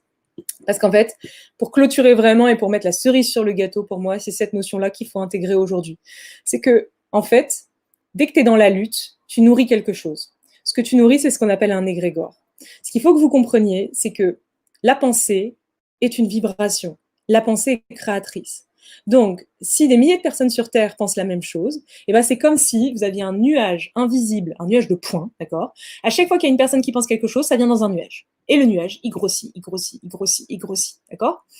Je prends souvent la métaphore du cloud. Hein. On stocke nos données dans le cloud, on ne sait pas où elles sont stockées, mais quand on a besoin des données, elles sont là. Elles sont pourtant invisibles. Et ben c'est la même chose avec l'égrégore. C'est invisible à l'œil et pourtant c'est là. Donc, imaginez bien qu'avec le Covid, il y a plein d'égrégores qui se sont créés. Bon, l'égrégore de la peur, évidemment, l'égrégore de la lutte, l'égrégore du masque, l'égrégore de ceci, l'égrégore de cela. D'accord? Bon, ok. Eh ben, il faut dire qu'à chaque fois qu'en fait, toi, ici, hein, qui regarde la vidéo, tu penses que le masque, c'est pour les cons, ou que le Covid, c'est un truc de fou, ou que nanana, ou que tu es dans une lutte, eh bien, tu viens nourrir un égrégore. Tu viens nourrir un nuage de points. Tu viens nourrir un espèce de tourbillon rempli de nuages de points, d'accord? Plus ce nuage de points grandit, plus il sert un plan qui est bien évidemment destiné à nous manipuler. Oui. Hein, pourquoi est-ce qu'on vous fait lutter? Bah parce que tant que vous luttez, vous n'êtes pas centré. Tant que vous n'êtes pas centré, vous êtes manipulable. Hein, alors celui qui pense qu'il détient la vérité par rapport au Covid ou par rapport à l'actualité ou par rapport à quoi que ce soit, celui qui pense ça, il est manipulable. Parce que qui pense ça? Voilà. Donc ça, c'est un vrai message qu'il faut vraiment, vraiment conscientiser. Tant que tu es dans le jugement, tant que tu génères des pensées négatives, tu alimentes un égrégore. Et cet égrégore, que ce soit l'égrégore de la peur, de la colère, de quoi que ce soit, de la lutte, eh bien cet égrégore nourrit un plan qui vise bien évidemment à nous manipuler. Comment est-ce qu'on nous manipule? C'est grâce à l'égrégore. Parce qu'une fois que 1 million de personnes pensent la même chose, eh bien tu les manipules très facilement. C'est hyper facile de manipuler tous les gens qui pensent de la même manière. C'est hyper facile. Quand tu rassembles tout le monde sur une même opinion, que tu rassembles tout le monde sur des nuages de points, après, tu as 5 nuages de points. Donc, 5 stratégies pour manipuler les gens. Voilà. C'est hyper con, en fait. Donc, si tu as conscience de ça, tu arrêtes de nourrir ça. Parce qu'en fait, le pire, c'est qu'en faisant ça, donc en nourrissant inconsciemment, parce que pour le moment, c'est inconscient ce qu'on fait, hein, tu nourris donc cet égrégore, mais en fait, tu nourris un truc de ouf, tu nourris la pollution psychique de la Terre. Il faut bien s'imaginer qu'il y a la pollution environnementale, alors ça, c'est visible et tout le monde dit « Ah, il y a la pollution », mais en fait, on oublie toujours la pollution psychique. La pollution psychique, c'est quoi? C'est en fait, à force de penser négatif, à force d'avoir des pensées jugeantes, à force d'être dans la dualité, à force de se séparer des autres, à force d'être tout sauf dans l'amour, on génère des énergies, des vibrations qui sont basses et qui rejoignent des énergies, des conglomérats, d'accord, qui s'accumulent les unes avec les autres. Et ça, c'est la véritable pollution. Et cette pollution-là, vous savez quoi? Elle empêche ceux qui, aujourd'hui, sont en train de faire un processus d'ascension, d'ascensionner correctement. Elle ralentit le processus d'évolution. Ça ralentit le processus d'évolution. Mais vous inquiétez pas, le processus d'évolution, on y passera quoi qu'il advienne, parce que la Terre ascensionnera, qu'on le veuille ou qu'on le veuille pas, en fait. C'est pas nous qui déciderons, hein. C'est un processus cosmique, donc la Terre ascensionnera, avec ou sans nous. Mais je tiens à vous dire qu'elle ascensionnera. Donc, nous, tant qu'on résistera, tant qu'on générera toutes ces pensées, en fait, en faisant ça, on alimente un égrégore de manipulation de masse. Et ouais, et ouais. En pensant être le fervent défenseur d'un truc, en fait, tu alimentes le truc. Tout ce contre quoi tu luttes, tu le renforces. Donc, arrêtez de lutter. Voyez, rentrez dans une logique plutôt d'aller co-construire des choses qui vous ressemblent. Co-construisez des choses qui vous ressemblent. Mettez votre énergie dans un projet commun. Mettez votre énergie avec d'autres. Rassemblez-vous. Faites des choses. Créez des choses entre vous. Créez des solutions plutôt que de vous focaliser sur ce qui ne fonctionne pas. Parce que tant que tu te focalises sur ce qui ne fonctionne pas, tu es dans la lutte. Donc, plutôt que de te focaliser sur la lutte, crée autre chose. Crée un autre système. Crée quelque chose de nouveau. Rassemble-toi avec tes copains, avec tes voisins, avec qui tu veux, et crée quelque chose de nouveau. Et une proposition construite. Et tu verras que ça, c'est utile. Voilà. Donc ça, c'est vraiment le message du live, en fait. C'est le seul et unique message. C'est un appel au rassemblement. C'est se rassembler. C'est comme les cellules imaginales, se rassembler pour avoir un véritable impact, vous voyez. Donc, tant qu'on se séparera les uns des autres, on ne pourra pas se rassembler. Voilà. C'est le seul et unique message de tout ce live. Donc, cessez de lutter. Accepter le plan tel qu'il est, parce que ça, ici sur Terre, c'est qu'un grand jeu. Et tant qu'on est piégé dans le jeu, on n'a pas conscience du jeu, on n'a pas conscience du plan, et on pense que c'est horrible. Mais vous inquiétez pas, on est aidé, hein. On est surveillé, on est aidé, on n'est pas tout seul en fait. Et ne vous inquiétez pas, ça se passera comme ça se passera. Hein. Et c'est pas vous, petite chose, petite entité, qui allez faire changer quoi que ce soit. Vous changerez les choses en vous changeant vous et en vous rassemblant. Ça, oui. Donc vraiment, c'est aujourd'hui un message sur baisser les cœurs, baisser les armes et ouvrir les cœurs. En fait, c'est tout simplement ça. Ouvrez vos cœurs. Et en fait, je voudrais clôturer ce live par un passage d'un livre que j'aimerais vous lire et vous partager pour clôturer un peu le propos de tout ce live. Donc, c'est extrait du livre Ami, Enfant des étoiles, donc c'est le tome 2. Donc, Ami, c'est l'histoire, en fait, c'est 3 tomes, hein, c'est assez extraordinaire comme trilogie. C'est l'histoire d'un petit enfant qui, en fait, on va sympathiser avec un enfant des étoiles. Donc, c'est un conte. Hein. C'est un conte pour grand enfant. Donc, je vous invite vraiment à le lire si ça vous parle. C'est un petit enfant qui va sympathiser avec un enfant des étoiles. Donc, ce que les terriens appellent des extraterrestres. Bon, passons. Une conscience qui ne vient pas de la Terre. Et donc, cette conscience qui ne vient pas de la Terre, cet enfant des étoiles va lui enseigner certaines choses, certains messages clés pour l'humanité, pour la Terre. Et l'un des messages, c'est le suivant. Donc, je vous le lis. L'amour est un ingrédient subtil de la conscience. Il a la capacité de montrer le sens profond de l'existence.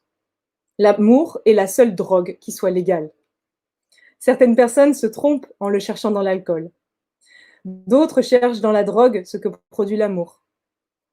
L'amour est la chose la plus indispensable dans la vie. Les sages connaissent ce secret et ne cherchent que l'amour. Les autres l'ignorent et cherchent à l'extérieur. Comment obtenir l'amour ? Aucune technique n'est utile. Car l'amour n'est pas quelque chose de matériel. Il n'est pas soumis aux lois de la pensée et de la raison. Ce sont elles qui sont soumises à lui. Pour obtenir de l'amour, il faut premièrement savoir que l'amour n'est pas un sentiment, mais un être. L'amour est quelqu'un, un esprit vivant et réel. Quand on l'éveille en nous, il apporte la joie de vivre. Et grâce à lui, on obtient tout. Comment faire pour qu'il vienne? Premièrement, il faut croire en son existence. Car on ne peut pas le voir, mais seulement le ressentir. Certaines personnes l'appellent Dieu. Ensuite, il faut le chercher dans sa demeure la plus intime, c'est-à-dire dans son cœur. Il ne faut pas l'appeler parce qu'il est déjà en nous. Il ne faut pas lui demander de venir, mais au contraire, le laisser s'exprimer librement, le libérer de toute entrave et le transmettre. Il ne s'agit pas de demander de l'amour, mais de donner de l'amour. Comment obtient-on l'amour?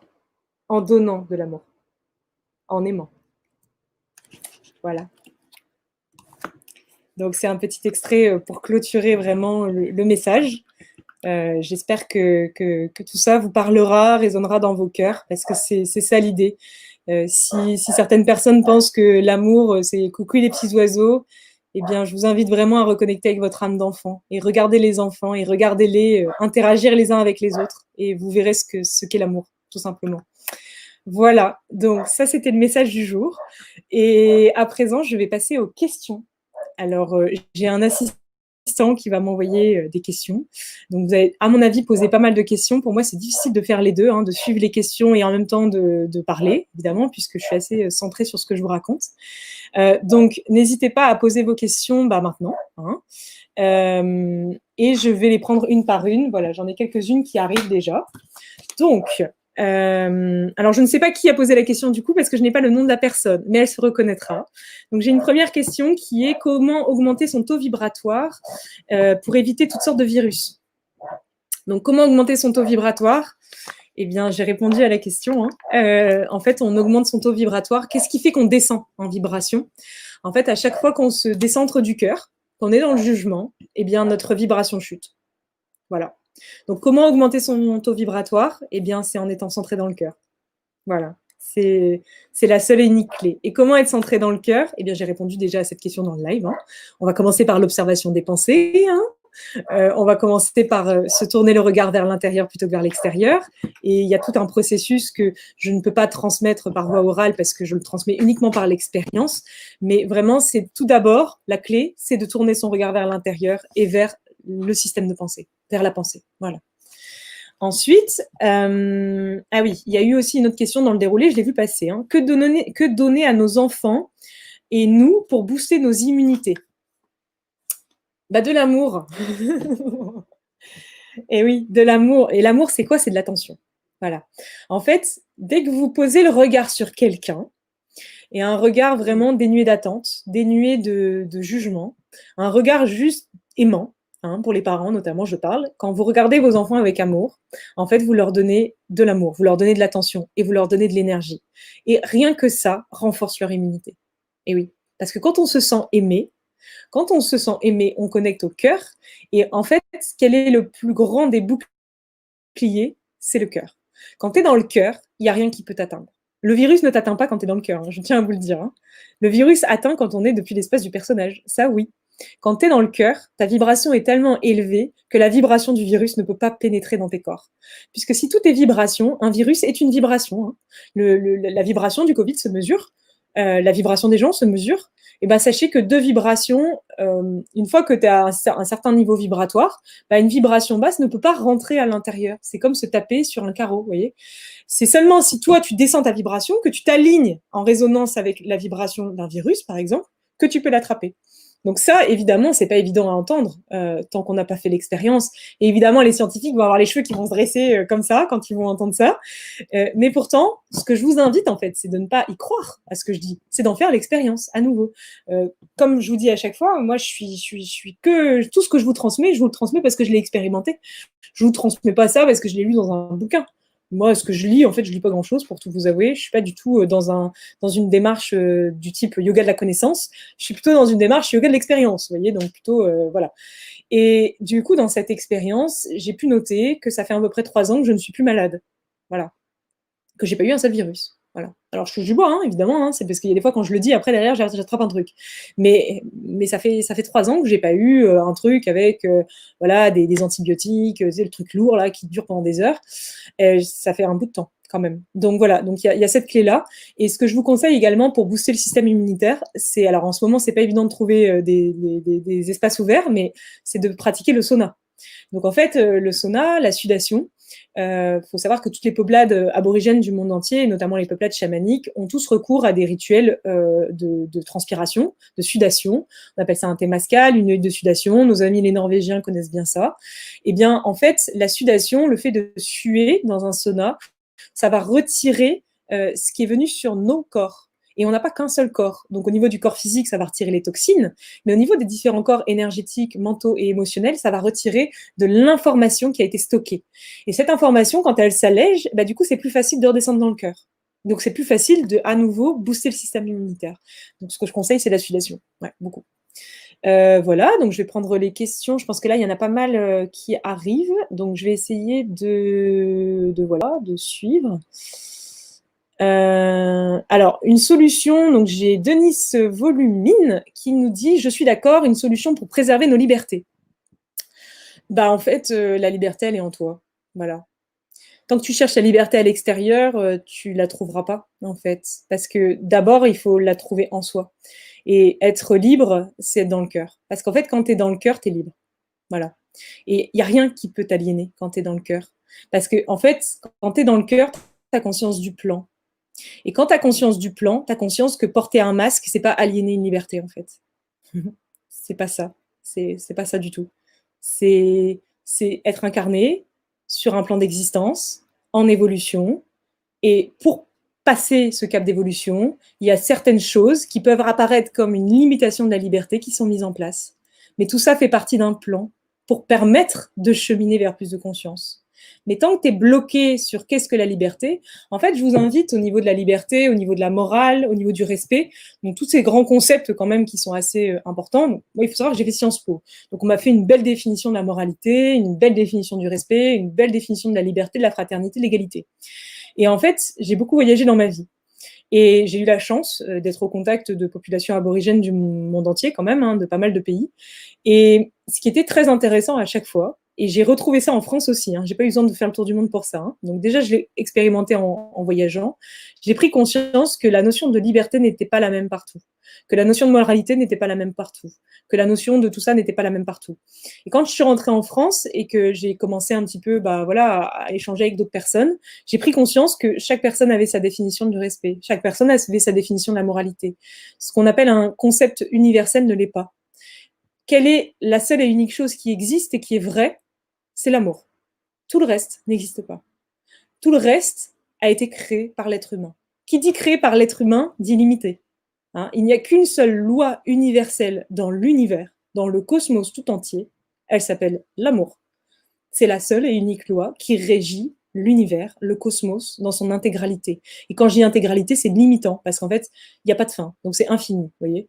Donc, quand tu as conscience de ça, eh bien, tout le reste, il faut le lâcher, en fait. Ce qui nous est demandé aujourd'hui pour évoluer, c'est de lâcher justement nos concepts, de lâcher ce qu'on entend par liberté, de lâcher ce qu'on entend par moralité, de lâcher tout ça.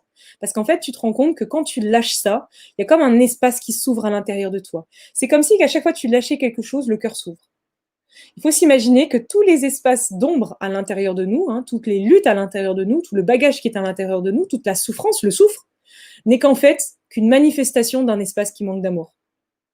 À l'instant où tu reconnais cet espace, où tu te reconnais comme la conscience qui goûte à cet espace et que tu mets de la lumière dans cet espace, eh bien c'est transformé, en fait. Toute la souffrance n'est que le reflet d'un manque d'amour. Voilà. Donc en fait, c'est le seul et unique message que je souhaite vous transmettre. Donc voilà ce que j'ai à dire par rapport à ça, ce qu'ils ont à dire par rapport à ça. Ensuite, une autre question. Donc n'hésitez pas, c'est le moment. Alors, attendez, je lis d'abord la question. Alors, donc j'ai répression qui me demande les 60 heures d'ondes harmoniques, comme les pics de fréquence élevés, génèrent nécessairement des difficultés physiques, mentales ou spirituelles. Donc c'est une question.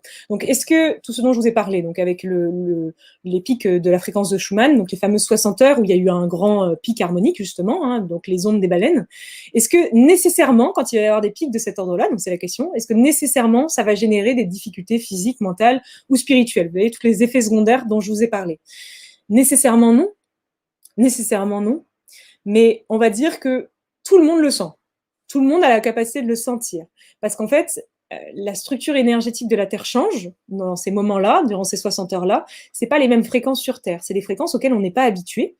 Et donc, puisque ça évolue, puisque ça change, nos corps le captent. Donc, même si, admettons, la personne ne va pas avoir de difficultés mentales, physiques, émotionnelles ou autres, elle va ressentir dans ses corps que quelque chose est différent par rapport à d'habitude.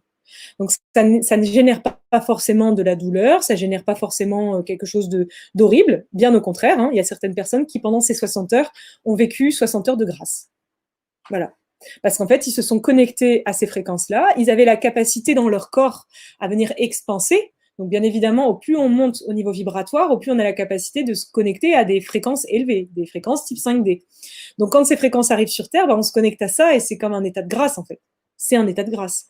Mais pour les personnes qui n'ont pas eu l'habitude de se connecter à ces fréquences-là, eh bien, c'est pas un état de grâce. Voilà. Donc, ça peut aussi générer effectivement des états de grâce, des états de béatitude, d'ouverture du cœur. Et en ce moment, il y a quand même beaucoup de personnes qui ouvrent leur cœur, qui ont des prises de conscience, qui d'un seul coup captent, par l'expérience du quotidien, qui captent qu'en jugeant l'autre, je me fais du mal à moi. Et ça, c'est une énorme prise de conscience, en fait. Parce que quand tu le captes, quand tu le vois, quand tu le perçois, quand tu le ressens, c'est beaucoup plus facile derrière de dire bah oui, en fait, il faut arrêter de juger. Parce que tant que je vous dis mentalement, bah oui, il faut arrêter de juger parce que ça vous fait du mal, mais tant que vous l'avez pas ressenti dans vos corps, c'est pas évident en fait. Mais à mesure que tu le ressens dans tes corps, eh bien ça te fait évoluer, ça te fait expanser ton niveau vibratoire. Et du coup, effectivement, tu te connectes plus aux mêmes choses. Donc, ça génère pas forcément, les pics vibratoires ne génèrent pas forcément de l'inconfort. Voilà. J'ai également Laura Matt qui me demande « Penses-tu que le chamanisme peut être dangereux ?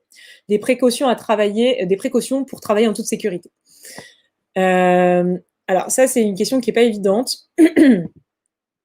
Oui, le chamanisme peut être dangereux. Oui. Comme tout, en fait. Comme sortir de chez soi le matin et se faire écraser par une voiture, ça peut être dangereux. Je ne vais pas réduire ça à cet exemple, bien évidemment. Oui, le chamanisme peut être dangereux, comme chaque chose. Ce qu'il faut comprendre avec le chamanisme, c'est qu'en fait, il y a plusieurs traditions chamaniques. On va pratiquer soit avec des tambours, soit avec des plantes, soit avec d'autres choses encore, des rituels. Ce qu'il faut comprendre, c'est que quand les rituels, et c'est valable pour la prière, c'est valable pour tout. C'est valable aussi pour la loi de l'attraction, vous voyez. Quand vous demandez quelque chose à l'univers, ou quand vous communiquez, ou quand vous vous connectez à une énergie particulière, donc via un tambour ou via des plantes, moi je m'en vais, eh bien, vous faites appel à une certaine forme d'énergie. D'accord ? Donc, un tambour, en chamanisme, c'est pas juste un instrument de musique. C'est une vibration, c'est une onde de forme qui va magnétiser à lui des ondes de forme similaires. D'accord ?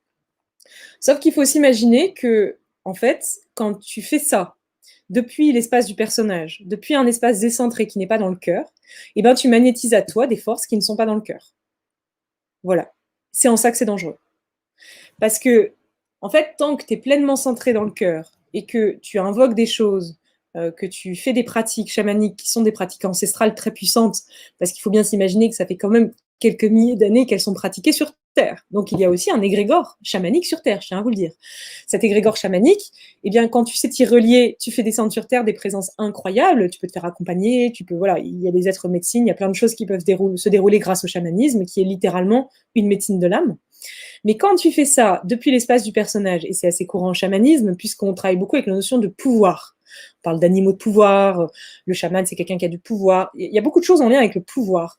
Et ça peut créer vraiment une distorsion, parce que le pouvoir, ce mot pouvoir, peut très vite être rattrapé, pris d'assaut par le personnage, qui a envie d'avoir du pouvoir. Hein, l'ego spirituel, par exemple, ou le personnage du maître, qui a envie d'être dans le pouvoir, qui a envie d'avoir du pouvoir, qui a envie d'avoir des gens qui l'écoutent, qui a envie que les gens soient soignés parce qu'ils jouent du tambour. Donc, il peut vite y avoir quelque chose qui peut se passer sous cet ordre-là. Et du coup, cette personne, quand elle va procéder à des rituels chamaniques, elle va le faire depuis l'espace du pouvoir, depuis l'espace du personnage. Et quand une personne fait ses rituels depuis cet espace, elle magnétise à elle tout sauf de l'amour. Voilà. Donc, effectivement, en ce sens, ça peut être dangereux. Voilà. Donc, des précautions pour travailler en toute sécurité. Travailler avec des personnes qui sont centrées dans le cœur. Des personnes dont tu es sûr, dont tu ressens intérieurement que ces personnes-là sont dans le cœur. Voilà, c'est tout. Et ça se ressent, ça peut pas s'expliquer, je peux pas vous dire, alors petit 1, une personne dans le cœur égale. Non, ça se ressent, et je dirais plus que ça se ressent, ça se voit dans les actions. En fait, si vous voulez un petit peu jauger l'énergie de quelqu'un ou le taux vibratoire d'une personne, c'est pas en le regardant dans le blanc des yeux, même si les yeux sont le reflet de l'âme et qu'on lit beaucoup de choses dans les yeux. Au début, au démarrage, quand on doit lire certaines choses, c'est pas évident forcément de les lire dans les yeux. Donc, ce que je vous conseille au tout début, pour un peu développer vos capacités de discernement, c'est de regarder les actions. Quelles sont les actions que cette personne fait, hein? Comment est-ce qu'elle agit sur Terre? Comment est-ce qu'elle agit dans son quotidien? Et les actions et les comportements en disent long sur l'état de conscience d'une personne. Voilà. Donc, voilà. Comment, quand elle est confrontée à certaines difficultés, comment elle agit par rapport à ça? Est-ce que ses actions sont conscientes ou inconscientes? Et ça en dira long. Parce que quelqu'un de conscient et dans le cœur, il va jamais avoir certaines actions qui ne sont pas dans le cœur. Vous voyez. Donc, c'est vraiment par cette jauge-là qu'on peut développer le discernement. Voilà. Alors ensuite, j'ai Fleur Anaïs qui me pose la question, est-ce que le hammam a le même effet que le sauna pour nettoyer les corps? Non. Alors en fait, ce que je vous conseille vraiment, c'est de commencer par le sauna, parce que le sauna, c'est de la chaleur sèche et ça va beaucoup plus en profondeur. Donc ça va venir chercher en profondeur ce qui a été stocké. Ce que je vous conseille, c'est 3 séries de 5 à 15 minutes, espacées par des pauses où vous douchez à l'eau froide, vous prenez l'air, vous laissez redescendre le rythme cardiaque.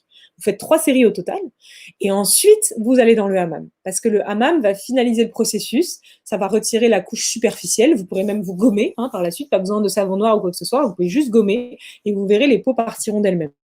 Donc le hammam va finaliser le processus, va permettre à tout ça, tout ce qui a été recherché en profondeur, de sortir. Voilà. Alors ensuite, j'ai Pascal qui me dit « Bonsoir Charlotte, comment on fait pour les masques quand on fait les courses? J'ai pas envie de le mettre. » Qui n'a pas envie de le mettre? Qui n'a pas envie de mettre le masque?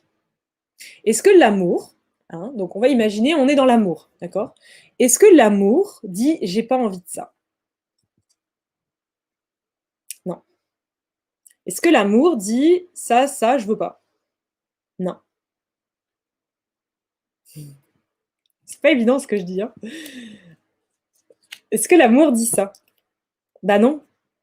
Bah non. L'amour, il accepte, il accueille, parce que l'amour a conscience du plan. Et donc, quand tu as conscience du plan, tu sais que tout ça, c'est qu'un grand jeu. Jouons un petit peu à mettre les masques. D'ailleurs, un matin, je me suis réveillée, j'ai rigolé toute seule. Je vous transmets ce qui m'a fait rire, j'ai trouvé ça très rigolo.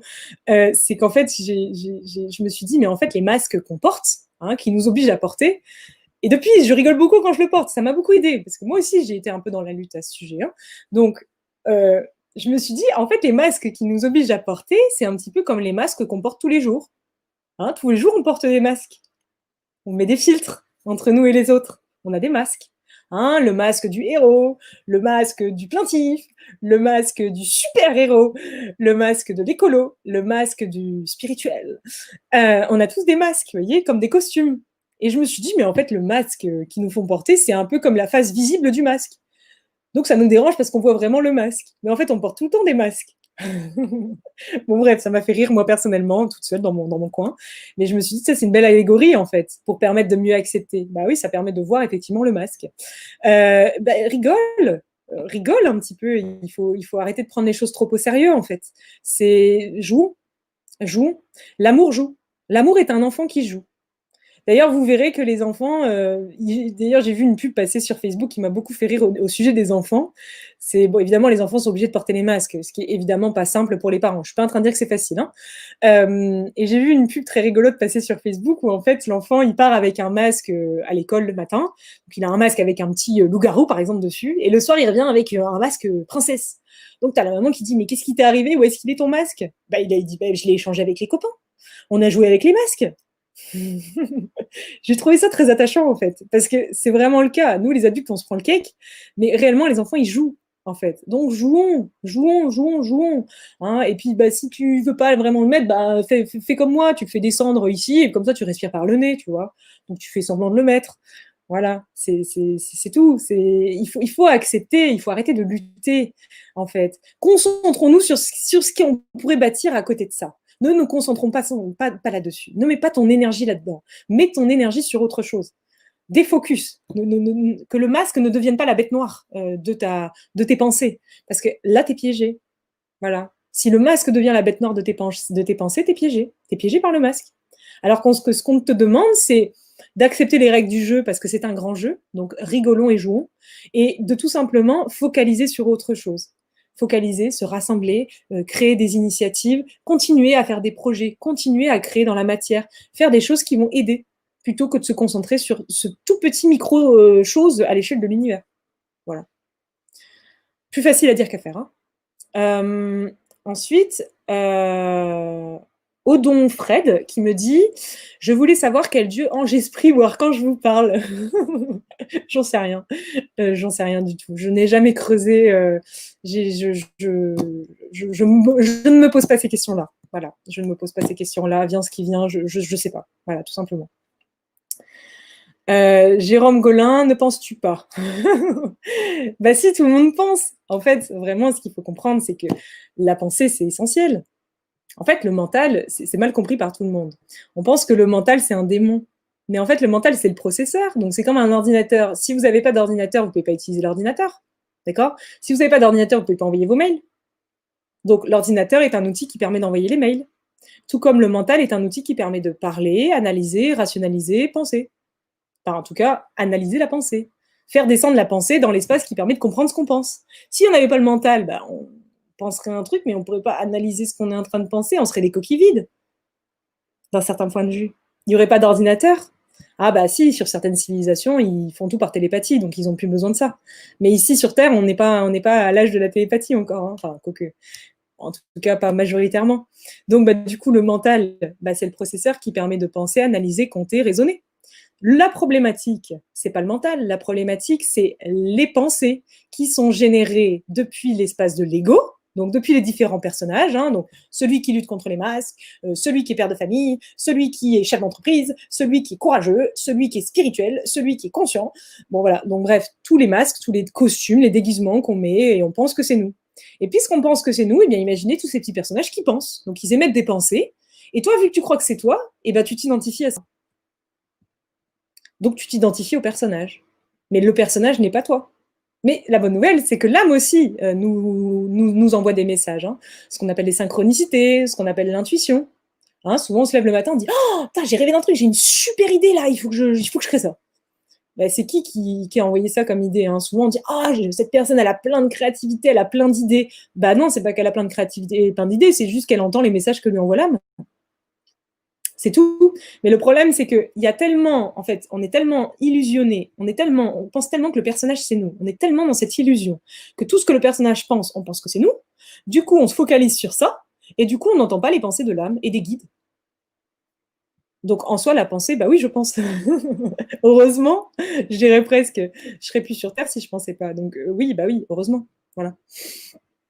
Alors, j'ai sauté une question.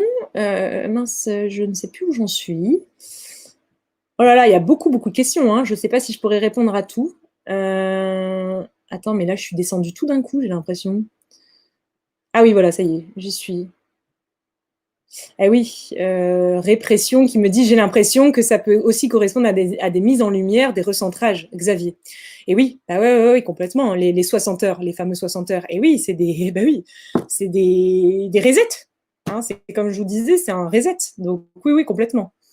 Véronique, Charlotte, penses-tu que nous avons plusieurs vies et à l'infini? Et à l'infini et l'au-delà, je ne pense rien. Je ne pense rien, moi. Ben oui. Bon, ça, je vous invite, bien évidemment, je ne peux pas vous faire un cours là-dessus. Ça, je vous invite tout simplement, il faut le vivre. Il faut le vivre, il faut s'alimenter, il faut peut-être, ce que je vous conseille par rapport à cette histoire des plusieurs vies à l'infini, c'est de regarder sur Internet les témoignages des NDE, donc les Near Death Experience, les EMI, hein, donc les morts imminentes, les expériences de mort imminente. Donc ce sont des gens qui cliniquement étaient morts. Souvent c'est un arrêt cardiaque, hein, et qui en fait ont fait un voyage, ils sont revenus à la vie et nous ont expliqué ce qu'ils ont vu. Donc c'est très troublant. Il y a une chaîne YouTube qui s'appelle Tistria et notamment Nicole Dron, hein, c'est ça, hein, Nicole Dron, qui témoigne et qui est très très émouvante dans ces documentaires de cette chaîne. Vraiment, soutenez Tistria, c'est une chaîne qui a été créée par Anthony Chen, qui est incroyable en fait. C'est un projet extraordinaire avec pléthore de documentaires, mais vraiment d'une qualité que vous ne trouverez pas ailleurs. Enfin, si, vous en trouverez ailleurs, mais déjà pour débuter, c'est pas mal. Et dans cette chaîne, il y a des témoignages de Near Death Experience qui nous amènent potentiellement à avoir une réflexion par rapport à tout ça. Et il y a aussi La mort expliquée aux enfants d'Olivier Chambon, qui est un documentaire assez intéressant aussi. Voilà. Jérôme qui me dit suivre le cœur peut aussi mener à de grandes colères ou de grandes peines. Est-ce normal? Et c'est normal, car en augmentant notre niveau vibratoire, nous pouvons aller soigner des mémoires négatives, des traumas, non. Je vois pas tout à fait où ça veut en venir. En fait, ce qu'il faut comprendre par rapport à cette question, c'est en gros ce que dit Jérôme, c'est au plus on avance, au plus ça peut réveiller de la colère, des émotions basses, parce que ces vibrations vont aller réveiller des zones d'ombre. Ce qu'il faut comprendre, et ce que je transmets assez souvent, c'est que pour monter, en termes de vibration, il faut d'abord accepter de descendre. Donc une fois qu'on est monté, c'est un peu juste la finalité de l'exercice. D'abord, chaque montée est induite par une descente. Donc on descend à l'intérieur de soi pour ensuite venir s'élever. Cette descente au cœur de soi, évidemment, on descend dans les cachots. Hein. Voilà. On descend dans les prisons intérieures, on descend sur des étages inférieurs, sur des étages vaseux et boueux, où il y a de l'information qui a été stockée, qui n'est absolument pas sympathique. Mais encore une fois, seule la conscience permet d'accueillir cet espace sans tomber dans le piège de l'histoire qui se cache derrière l'espace. Parce qu'évidemment, ce que vous allez trouver dans les espaces quand vous descendez à l'intérieur de vous, ce que vous allez trouver dans les fameuses boîtes, ce qu'on a tapissé, ce qu'on a mis sous le tapis, ce qu'on a enfermé, cloisonné. Vous savez, à l'intérieur de nous, on a des personnages qui hurlent à la mort. On a des espaces qui puent, sincèrement. Et il n'y a aucun être qui ne pue pas, je tiens à vous le dire, en fait. Il y a des saints sur Terre, il y en a. Il y a des maîtres ascensionnés sur Terre, incarnés dans des corps de chair, il y en a. Il y a des êtres qui sont éveillés sur Terre, oui. C'est pas la majorité. On n'est pas encore à 144 000. Alors vous voyez, il y a quand même une masse de gens qui puent. Mais c'est pas méchant ce que je dis. Hein. En fait, c'est juste pour entendre qu'effectivement, on a tous ce bagage, sinon on ne serait pas sur Terre.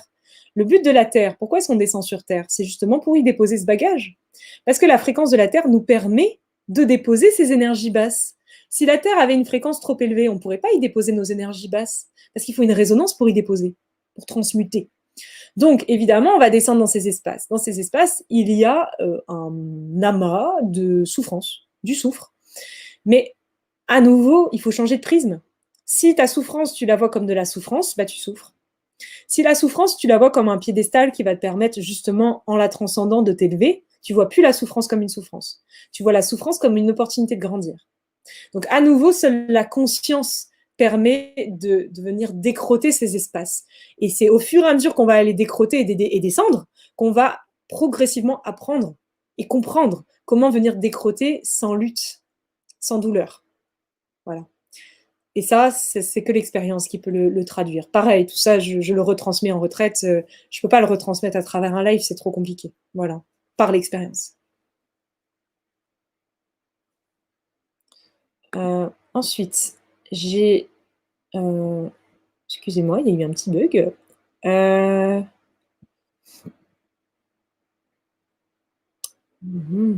J'essaie de n'oublier aucune question, mais en fait, il y en a tellement et je suis... Alors, il y a des questions que je vais occulter parce que je ne sais pas y répondre. J'ai Gérald Bernoco qui nous dit « Bonsoir Charlotte, pourrais-tu nous donner des synonymes de cette loi d'amour, gratitude ?» Des synonymes de la loi d'amour. Je ne sais pas. Je ne sais pas. Par contre, Gérald, si tu veux en savoir plus sur cette loi universelle qu'est l'amour, je te conseille très clairement de lire les 3 tomes Annie, mais aussi de lire La prophétie des Andes. Parce qu'en fait, ils en parlent également dans La prophétie des Andes.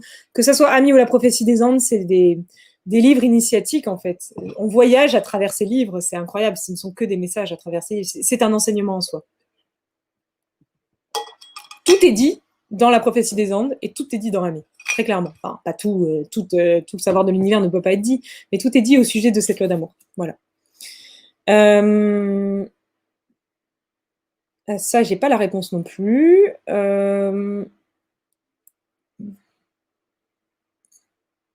Donc j'ai Interviviendo qui me dit, en parlant de pouvoir, comment faire face aux luttes de pouvoir qui se passent en ce moment, politiques, économiques, sociales, et qui sont des conséquences, et qui ont des conséquences dans la vie quotidienne.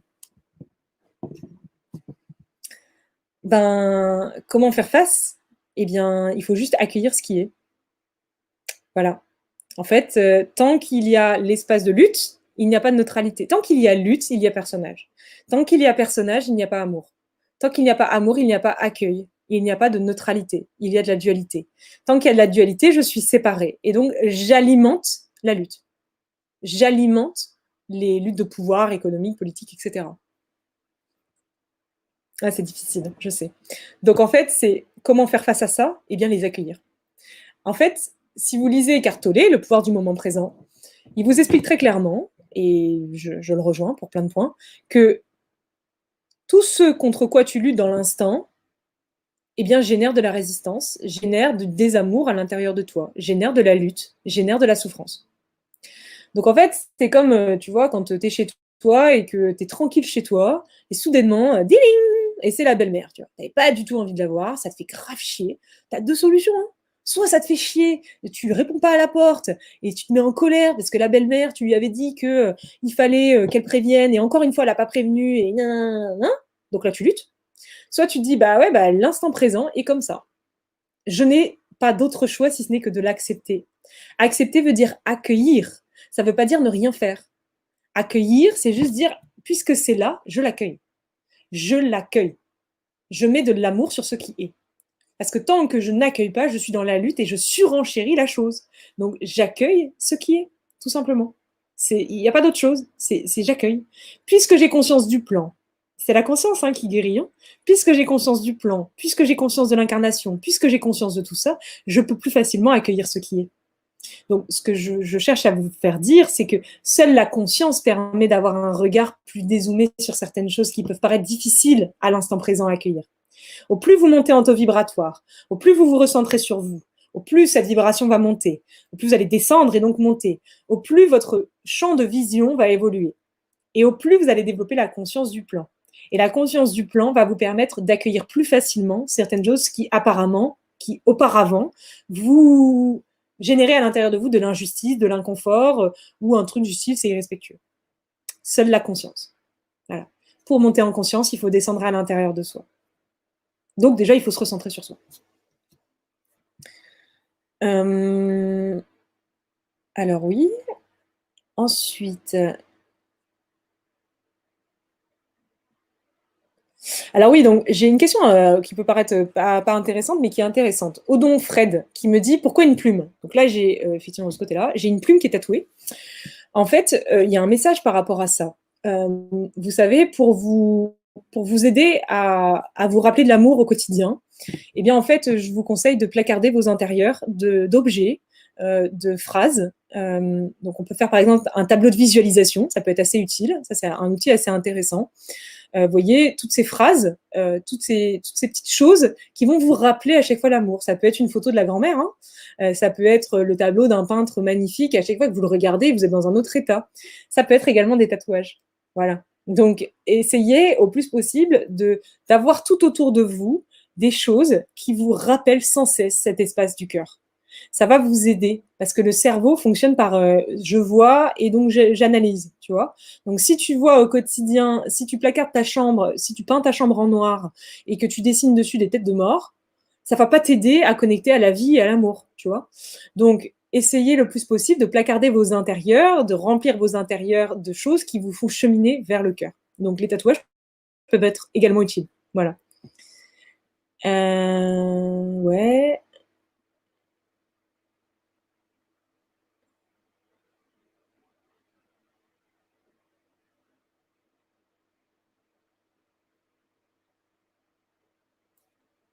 Je comprends pas certaines questions, hein. Je suis désolée, c'est pas que je veux pas vous répondre, c'est qu'il y a des questions, je vois pas, je comprends pas. Alors, j'ai Olivier qui nous demande comment as-tu fait pour absorber le mal et résister à l'envie de juger parfois. Hmm. Juste un exemple, l'abominable violence gratuite perpétuée sur les chevaux, comment ne pas avoir envie d'exploser. C'est marrant l'exemple d'Olivier parce que j'ai des chevaux. Hein. Donc oui. Donc comment tu fais pour absorber le mal et résister à l'envie de juger parfois? Bah, en fait, il y a des fois tu fais, il y a des fois tu n'y arrives pas. En fait, il faut accepter sur le chemin de l'évolution qu'on est en évolution. Et que bah, y a des fois, ça va bien dans ta journée, tu t'es levé du bon pied et c'est OK pour toi. Et il y a des fois, tu rechutes. Il y a des fois, tu rechutes. En fait, la chute est indispensable pour évoluer. Juger autrui est indispensable pour évoluer.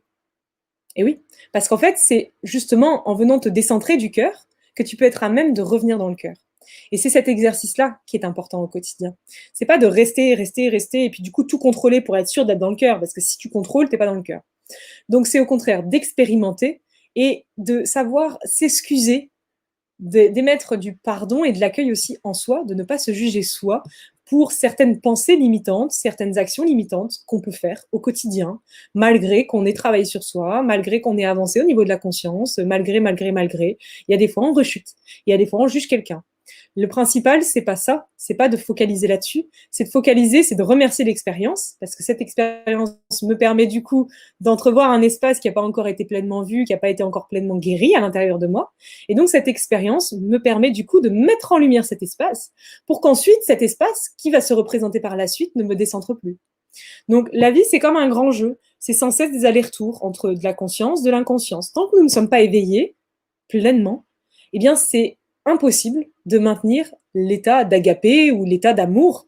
L'agapé, c'est ce qui est décrit dans la prophétie des Andes, ou l'état d'amour, ou l'état de conscience, ou l'instant présent. L'instant présent, l'état d'amour, ne se maintiennent en permanence que chez des gens pleinement éveillés. Voilà. Donc tant qu'on est en chemin, l'idée du chemin, c'est justement de chuter sans cesse, de faire des allers-retours entre des espaces d'amour et des espaces de dualité. Et justement, par amour, on expérimente tout ça. Parce que la vie, l'univers, le cosmos, tu l'appelles comme tu veux, Dieu, bon bref, la source, t'envoie des expériences dans ton quotidien qui vont venir te décentrer par amour. Parce que justement, vu que ça te décentre, vu que ça t'agite, vu que tu te sens pas bien et en colère, eh ben, ce que tu ressens à l'intérieur de toi, c'est en toi. Donc ça te permet d'entrevoir un espace de souffrance à l'intérieur de toi. Donc cet espace de souffrance à l'intérieur de toi, il va pouvoir être vu et il va pouvoir être libéré. Et donc tu vas pouvoir cheminer vers plus d'amour. Donc si on retourne la vision, en fait la clé, c'est que quand je ressens quelque chose à l'intérieur de moi, plutôt que de dire que c'est de la faute d'autrui, toujours partir du principe que si je le sens en moi, c'est que ça vient de moi.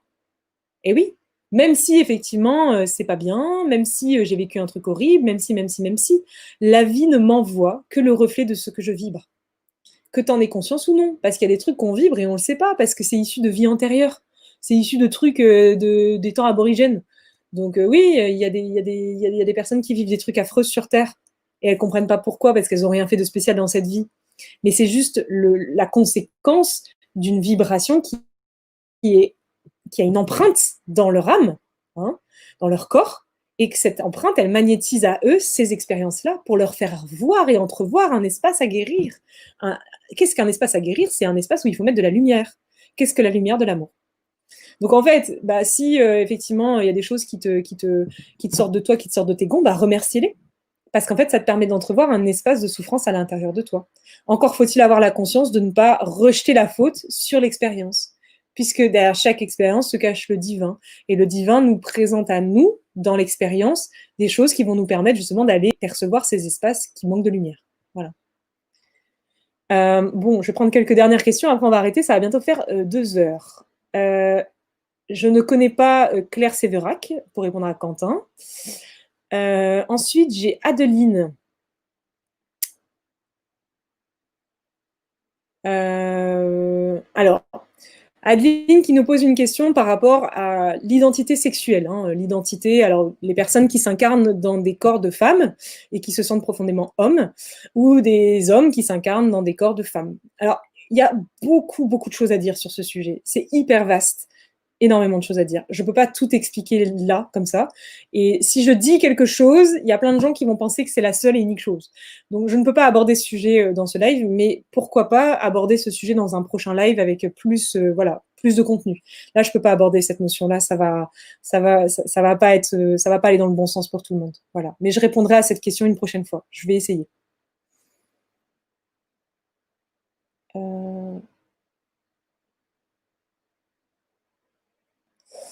Et ensuite, non, j'allais dire dernière question, mais il y en a trois qui sont apparus d'un coup.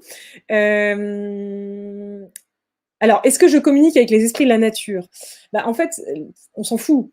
Je me pose plus la question, en fait. Je suis plus dans une quête de communiquer avec qui que ce soit ou quoi que ce soit. C'est un peu la même question de tout à l'heure. Quels sont les anges, les archanges qui parlent à travers toi? J'ai complètement lâché ça. J'ai lâché ça. Dans le passé, oui, hein, beaucoup. Mais j'ai fermé un peu cette porte pour me consacrer uniquement sur l'observation de la pensée et la conscience. Voilà. Donc oui, ça continue, mais j'y pose plus autant d'attention qu'avant. Voilà. Ensuite, j'ai Estelle. Bonjour, merci Charlotte pour tes vidéos, je me sens tellement bien ensuite. Est-ce que tu pourrais mettre les titres des livres dont tu as parlé sous ta vidéo, s'il te plaît? Bien sûr, Estelle, je fais ça tout de suite après. Dès que j'ai fini le live, je marquerai tout ça. J'ai Marie également qui me dit comment entrevoir un espace de souffrance d'une vie antérieure si on ne se souvient plus. Ça, c'est une excellente question et c'est un point hyper essentiel. Et oui, et ça, c'est l'occidental. Alors, l'occidental a besoin de tout savoir, de tout comprendre et de tout voir. Donc, si tu te dis, ah bah ouais, il y a un truc qui vient des vies antérieures, bah du coup, je fais comment? Parce que comment je fais pour le savoir? Eh bien, justement, ce qui est génial avec le quotidien, c'est que ça va venir par l'expérience te montrer certaines choses qui sont dans ton bagage, que tu n'as pas besoin d'aller chercher, en fait. Ça vient tout seul. C'est ça qui est merveilleux. Le jour où j'ai compris ça, je t'assure, j'ai dépensé beaucoup moins d'argent dans les trucs rétroactifs de conscience, je sais pas quoi. En fait, le quotidien, tu magnétises à toi, donc. Dans ton bagage, il y a des empreintes qui vivent sur certaines fréquences. Ces fréquences magnétisent à toi des expériences qui sont en lien avec ces fréquences, dont tu n'as pas conscience, évidemment. S'il y a une grosse part d'inconscience dans la guérison. Le quotidien attire à toi, magnétise à toi des gens, des expériences qui vont faire remonter cette information. Que tu saches ou non d'où vient cette information, ça ne changera rien. J'ai souvent des gens en retraite qui arrivent et qui me disent, bon, j'ai fait 10 ans de psychanalyse, je sais exactement d'où viennent tous mes problèmes, je sais exactement d'où ça vient, quelles souffrances j'ai vécues, j'ai fait des trucs de vie antérieure, j'ai su ce qui s'était passé dans des vies antérieures, machin chouette, je sais du coup pourquoi je suis comme ça, mais je ne guéris pas. Et ouais. Savoir d'où vient le problème ne permet pas de guérir. C'est pas ça la clé de la guérison. Elle n'est pas là, la clé de la guérison. La clé de la guérison, c'est accueillir dans l'instant ce qui vient, sans chercher à faire quoi que ce soit. Sans chercher à analyser, sans chercher à comprendre, sans chercher à s'en séparer, sans chercher à ce que ça s'arrête, sans chercher à comprendre, sans chercher à faire quoi que ce soit. Et j'accueille ce qui est, tout en sachant que ce qui est va me permettre d'évoluer. Là, tu guéris. Mais tant qu'il y a le personnage derrière, qui veut tout comprendre, tout analyser, tout structurer, tu passes à côté de la guérison. La guérison se passe depuis l'espace du cœur. Le cœur, c'est l'espace de la neutralité qui accueille tout ce qui est sans juger, sans chercher à faire quoi que ce soit. Donc ça, c'est pareil. Hein. Je fais des retraites de 6 jours sur cette thématique. Donc je ne peux pas retransmettre en un live la totalité de ça. Hein. C'est des programmes de retraite assez longs où on parle vraiment de la guérison et on va assez en profondeur. Et où là, comme ça, je peux pas donner toutes les clés comme ça. C'est pas possible. Voilà. Mais dans tous les cas, ça sert à rien d'aller voir toutes les vies antérieures, si c'est ça la question. Ensuite, j'ai... Oups là, ça a sauté. J'ai Clément. Clément qui nous dit quels outils proposer dans ces périodes d'ombre pour faire la différence entre le mental, les peurs et les messages du cœur, l'intuition. Et oui. Moi, ce que je vous conseille, c'est, en fait, dans cette période, c'est de vous reposer au maximum. En fait, vous saurez faire la différence entre les différents messages à mesure que vous allez apprendre à détendre le corps. Ça passe beaucoup par le corps au début. En fait, quand vous êtes dans le mental, quand vous êtes dans les personnages ou la peur, observez votre corps. C'est le corps qui est l'antenne de vigilance. Quand vous êtes dans ces espaces, le corps est crispé et tendu. Quand vous êtes dans le cœur, dans l'intuition, dans les synchronicités, le corps est détendu. Donc, en fait, quand vous sentez que les corps se raidissent, que vous avez mal partout, que vous voyez des tensions apparaître, ce que je vous conseille, c'est de vous allonger 10 minutes. Vous mettez une fréquence. Hein, il y a des chaînes YouTube de fréquences comme Tao In Spirit, comme Métaverse et Musique, comme plein de chaînes, je les mettrai dans les sous-titres. Il y a également une chaîne de Cédric Michel, Bulle de Sérénité, où il fait des yoga nidra, des méditations guidées, gratuites, accessibles à tous. Ça dure 10 minutes. Pendant 10 minutes, tu respires. En fait, quand tu te poses la question, c'est que tu es déjà dans le mental. Tant que la question, elle est là, c'est que tu es dans le mental. Quand la question n'est plus là, tu es dans le cœur. Ça peut être un bon indicateur. Quand je ne me pose pas la question, je suis dans le cœur. Quand je me pose la question, je suis dans le mental. Observe ton corps. Tout passe par le corps. Donc, ce que je conseille vraiment, c'est des pratiques qui vont permettre de détendre le corps. Quoi de mieux que de fermer les yeux 10 minutes, se concentrer sur la respiration et juste laisser faire. Il n'y a rien à faire. Et ça, cette technique-là, c'est très compliqué pour l'occidental parce qu'il va me dire « Ouais, mais bon, ça se saurait si c'était que ça. » Ben, moi, c'est ce que je fais. Bon, voilà. J'ai pas 36 milliards de techniques à vous transmettre. Posez-vous, respirez, décontractez le corps. Ensuite,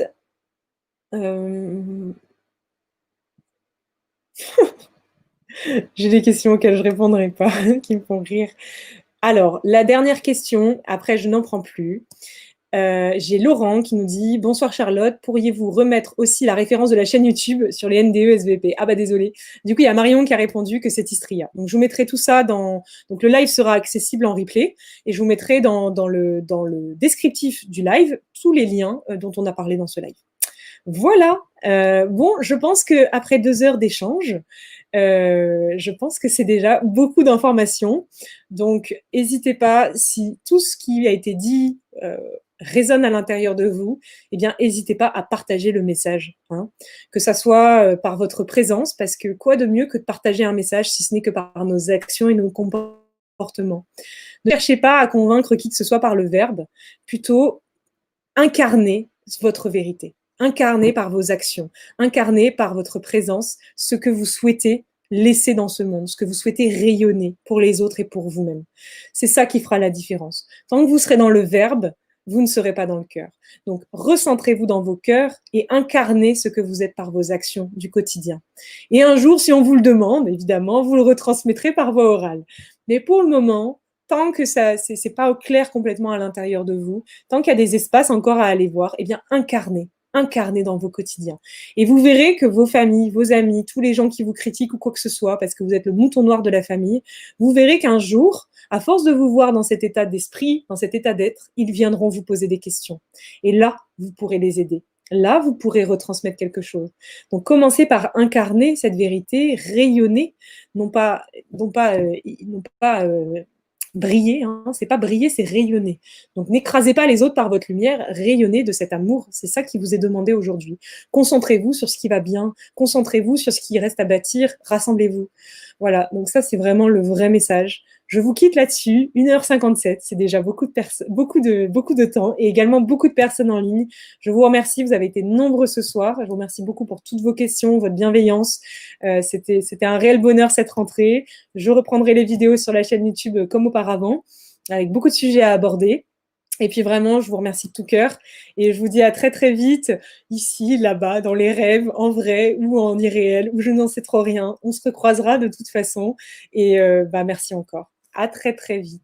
Bisous, bisous, bisous et bonne soirée à vous et bonne semaine. À bientôt.